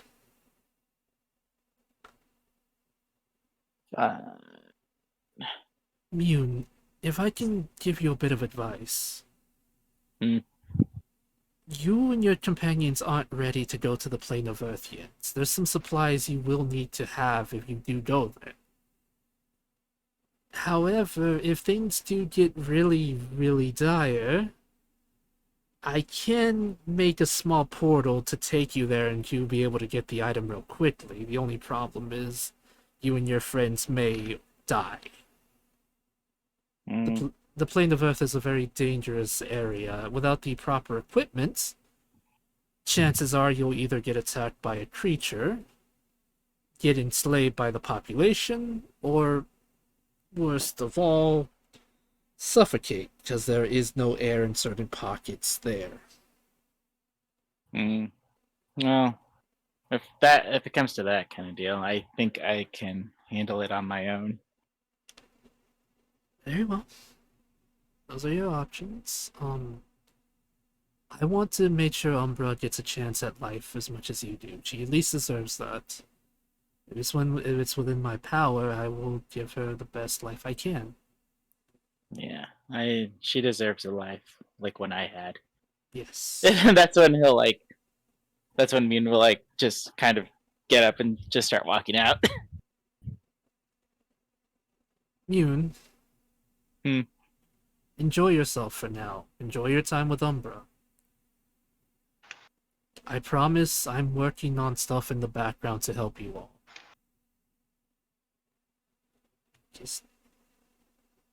Just try your best to enjoy your time here, okay? Okay. Then Gregory puts Umbra out of her misery. Gregory! Fuck? When did you become evil? Now the I coins knew- are lighter for you. I knew it was my destiny to kill Gregory. I knew that the moment I met him. Oh my god. It makes sense now. I looked at this beautiful baby boy and I said, "One day you shall rise a tyrant, and all tyrants must fall." No, he's not gonna do it with his own hands. He's she's in pain. He's just gonna give her a way out. That's quick and painless. It's her choice though. It's her. Oh my I god. cast fireball Gregory. on Gregory. Ah! Oh my god, Gregory. just a slight little just like a little mixture of little nightshade and some hydrangeas, chrysanthemums, and just do boom. Mean comes in and is like, "Oh, hey, look, a new drink," and I drink it and die. Oh my god, Mune's dead. Revivify. Boom. Oh god. Hey, dude. So what'd you learn about drinking things that you don't know what's in it? I'm grabbing another thing off his. No, but yeah. Oh my gosh.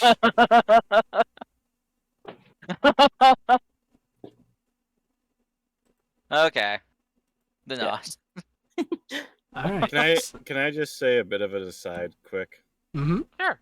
Somebody just sent me a video about like making something with Rice Krispie treats, but instead of just making Rice Krispie treats, they just bought a box of them and just put them on the bottom of it, and that infuriates me for some reason. They Wait. put what? They just didn't put make- Rice Krispie treats on the bottom. Yeah, they didn't even make them themselves. They just bought a bunch of random ones and put them together. It's disgusting. Anyway, sorry, I interrupted that. I'm Oh. so sorry. Wow. Talk about a live video. Mhm. Man. Anyway, we're killing Gregory What? Yes. No. before he So, becomes evil. alright. Leave me alone. Oh my god. So you guys do enjoy your time at the carnival, getting, as Julia affectionately put it, shit-faced, I guess. After like a couple hours, you guys can get another long rest in. Well, you guys turn in for the night, sleeping wherever it is you do. And, yeah. You guys have a nice night. Gregory, before you sleep, you have another vision. No. Oh shit. Mm-hmm. You see a forest. You see the same forest you saw last time. Covered in black trees. Well, sorry, surrounded by black trees, I should say. Dead trees. They're alive. It's just that the wood itself, like the oak and wood, is completely black. Almost Oh. looking charred. Are the leaves black? Mm-hmm. Okay. You see a man. You see a man with a jade green hand. You recognize this to be Jade's hand. Well, sorry, it's an emerald green hand, I should say. You recognize this to be Jade's hand. He appears to be surrounded by medical supplies. You see him experimenting. You see him dissecting what appears to be, well, sadly what appears to be a gem cobalt. He says something in common. You're not really sure what he says because he kind of whispers to himself, but it seems he's not happy. As he does so, you see him pick something up from his table. A green shard, kind of like the ones Lumi has with her right now. The vision ends with him looking at the corpse of the kobold in anger, not being able to figure out something. You're not sure what it is, but from what Umbra said about him, he seems disappointed he's not able to figure out what makes this thing tick or what he can take from this thing. Well, from the poor dissected kobold in front of him. But yes, that is where the vision ends. It's now the morning, where you guys meet up again. Some of you probably having hangovers. I'm not really sure how much you guys wanted to drink to stop that. I'll leave that up to you guys. Gregory's kicking in everyone's doors. It's like, guys! I had another vision! Gregory, Oh. come closer. Oh, yes, sure. You probably want to hear all about this. It's very important. Gregory, Yes. I'm gonna kill you with a rock.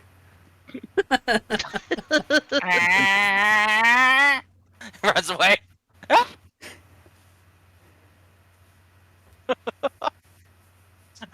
just runs away screaming.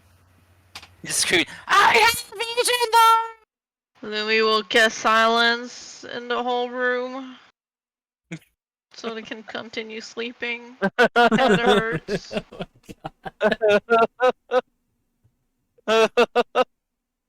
Good thing silence is a ritual.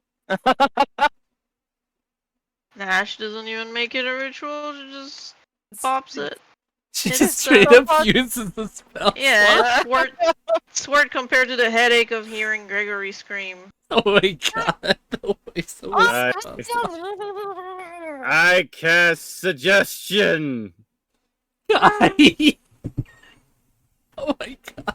Wisdom saving throw. Oh, I'm great. I'm great at those. I'm proficient at those. oh Let's my- go! I believe in myself. Damn Yay! I should have hexed you first. I have a vision! I throw a pillow at him. But the gem balls are in trouble! And Gem Balls can wait until morning. Get some sleep. It is morning. It is morning! Later though. morning.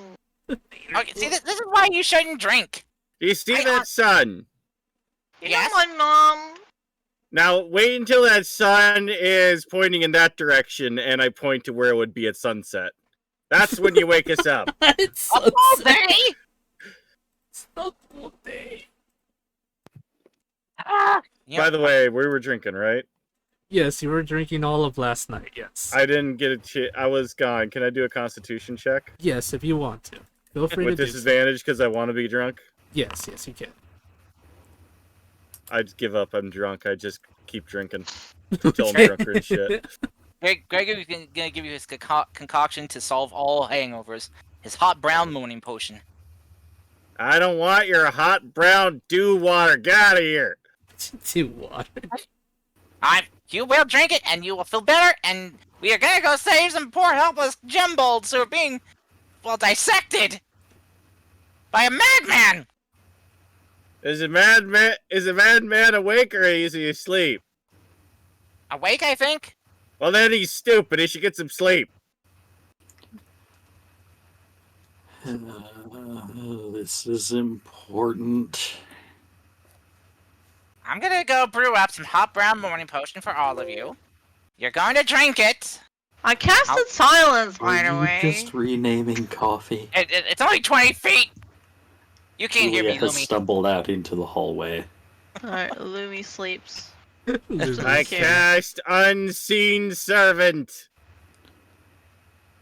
Gregory, Yes. are you just giving a new name to coffee? Is that what is happening here? What's coffee? I'm still going to kill you with a rock. Oh my god. Gregor just runs away now. Go and tell someone who might care. Just run to the ringmaster. Ringmaster! Ringmaster! Yes, Gregory, how may I help you? We have a problem! Yes, I'm aware. Your friends I are. had a vision! Oh dear. What kind of vision was it? Wait, what are you gonna say about my friends? I was gonna say your friends are all hungover, and I think one of them refuses to wake up till twilight. Yes, yeah, and they won't drink my hot brown morning potion. Isn't that just coffee? God dang. What is this coffee you guys keep talking about?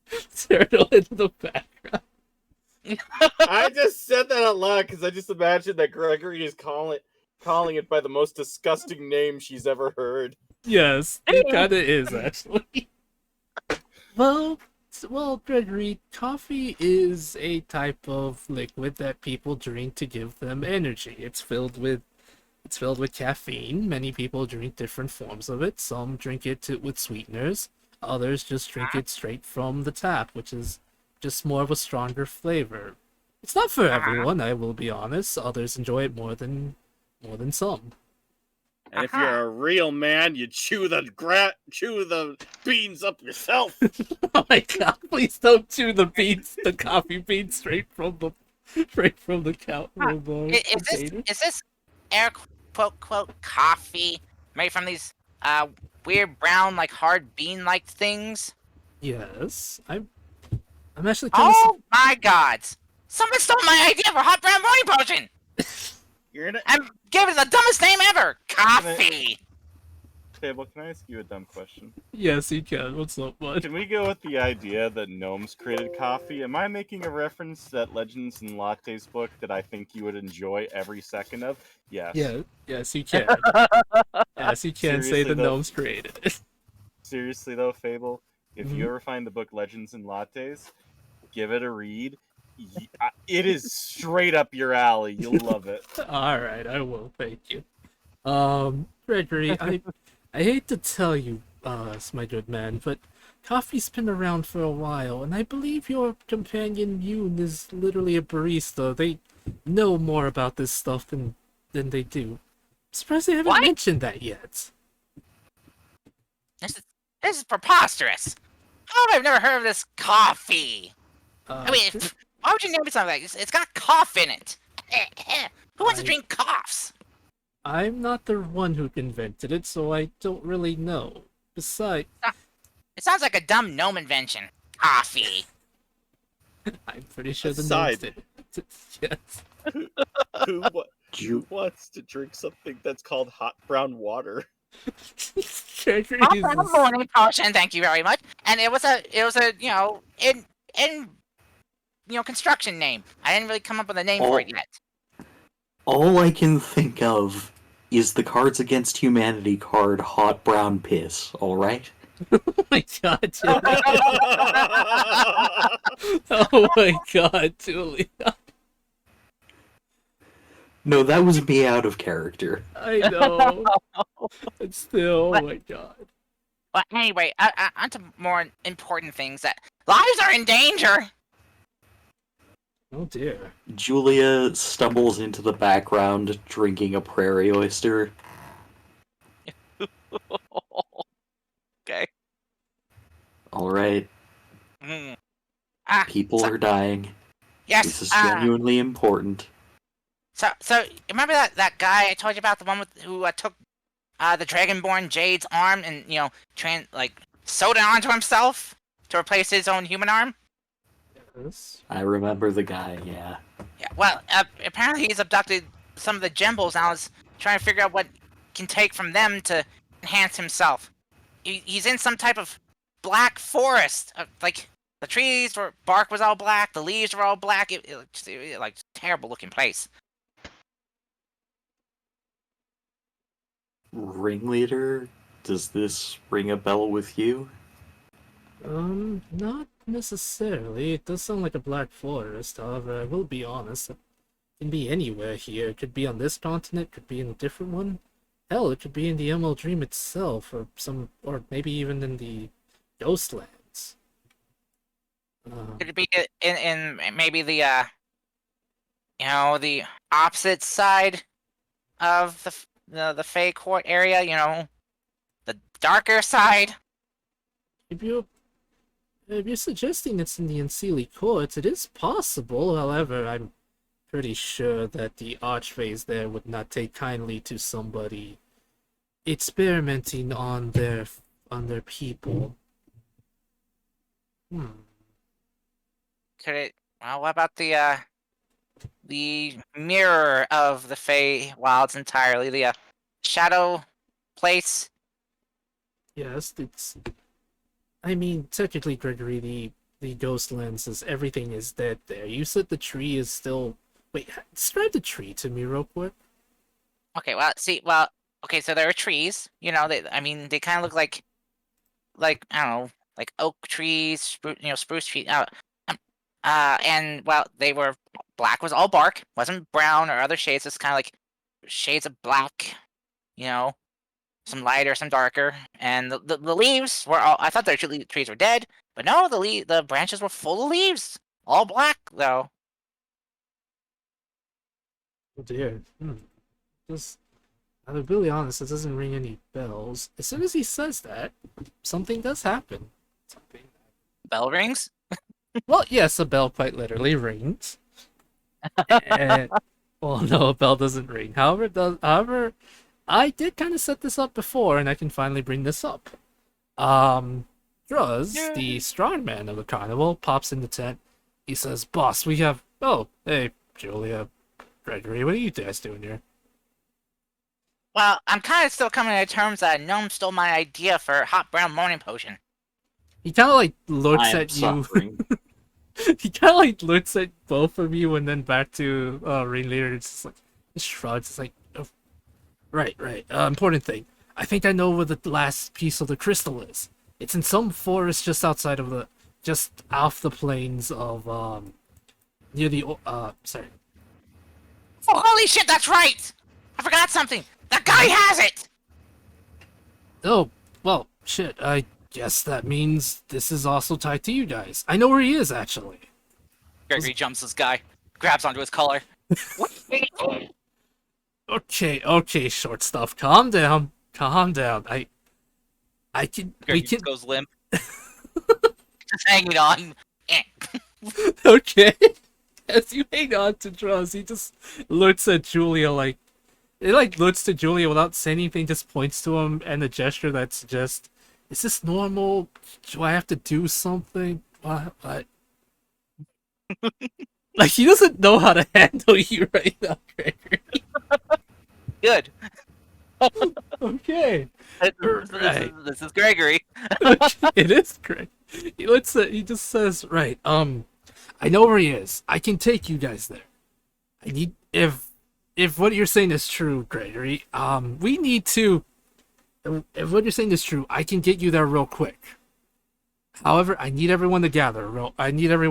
Because it's gonna be really weird. I've never done this before. Well, I've never done this with multiple people, so I apologize if someone gets motion sickness.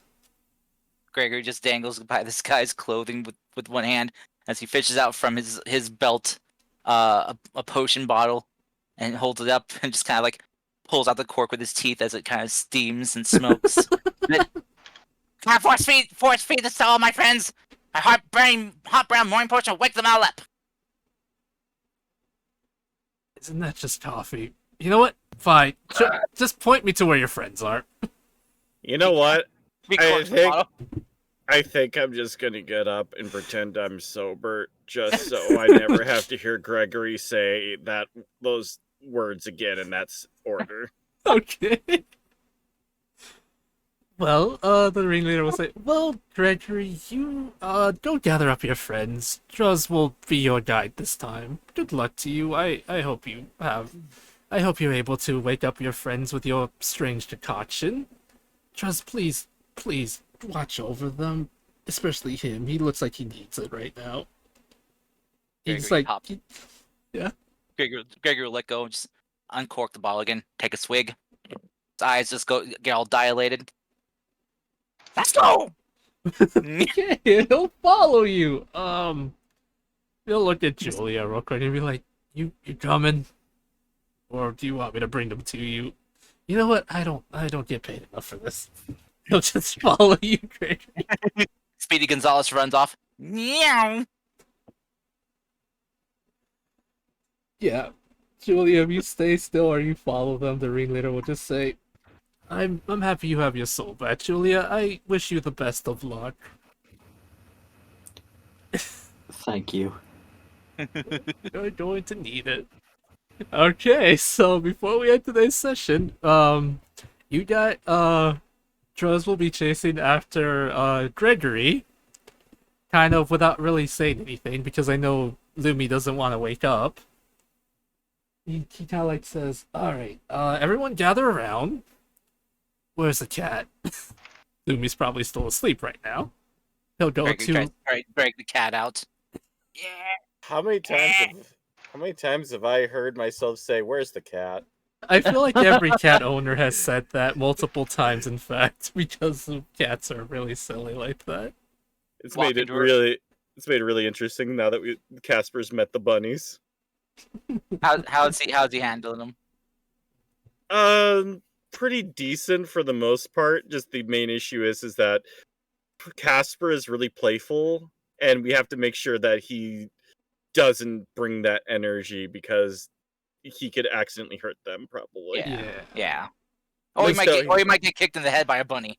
Link, on the other hand, though, he just chills there, and they like him. Oh, do they just cuddle with him? Or do they just Couple times. occupy the same room?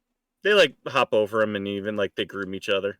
Anyway, Aww. back to the game. Sorry. Yeah, no, real quick, cats do tend to play really rough, so depending on the other animal they do play with, it is kind of worrisome that they might accidentally hurt them. Yeah. They kind of Oh. tend to sadly hurt each other when they do play rough. Yeah. Same with a lot of animals. Yeah. Plus, Alright. it's Casper. Yeah, he's a very He's the one that gets in your rambunctious boy. computer all the time, right? I'm literally throwing him off my PC right now. My gosh. He's a rambunctious boy for sure. Okay. So this is what happens. Gregory, as you try to pull Lumi, and I'm pretty sure she's just resisting being asleep. Yep. He'll gently pick up Lumi, you, and whoever refuses to wake up, because he's essentially the strong man. He'll just pick up everyone and be like, "All right, listen, this is very important. I'm going to be using the spell that'll kind of make us go through the ground and pop up in a different place entirely. It's probably going to give you motion sickness, so to everyone that has a hangover," he looks through 3 of you. I don't know if Mune has a hangover. I don't apologize. You did not drink. Okay, so to the 3 of you who have a hangover, I am so sorry, but this is gonna suck. I mean, I guess I could. I guess if they don't want to drink the coffee, I could cure them right away with a lesser restoration. Hold on there, short stuff. You might need those spells. Hold on to it, alright? Very true. I mean, that'll take up all my energy I have for that kind of spell. I mean, I could try to put more energy into it for a higher casting, but you know. Right. He'll gather you all around, gently placing Lumi on the ground with probably Turtle and Julia together, because you 3 are hangover and sleepy. He'll say, "Okay." You watch as he claps his hands together, as the rune on his belt begins to glow. Mune, you would kind of recognize this as the Earth Dome. It completely surrounds you, and after a second, you are no longer at the carnival. In fact, you're in a completely new area. As the dome collapses around you, or well, not collapses, but falls around you, you are surrounded. You are in an area surrounded by black trees. Gregory, you recognize this place from your visions.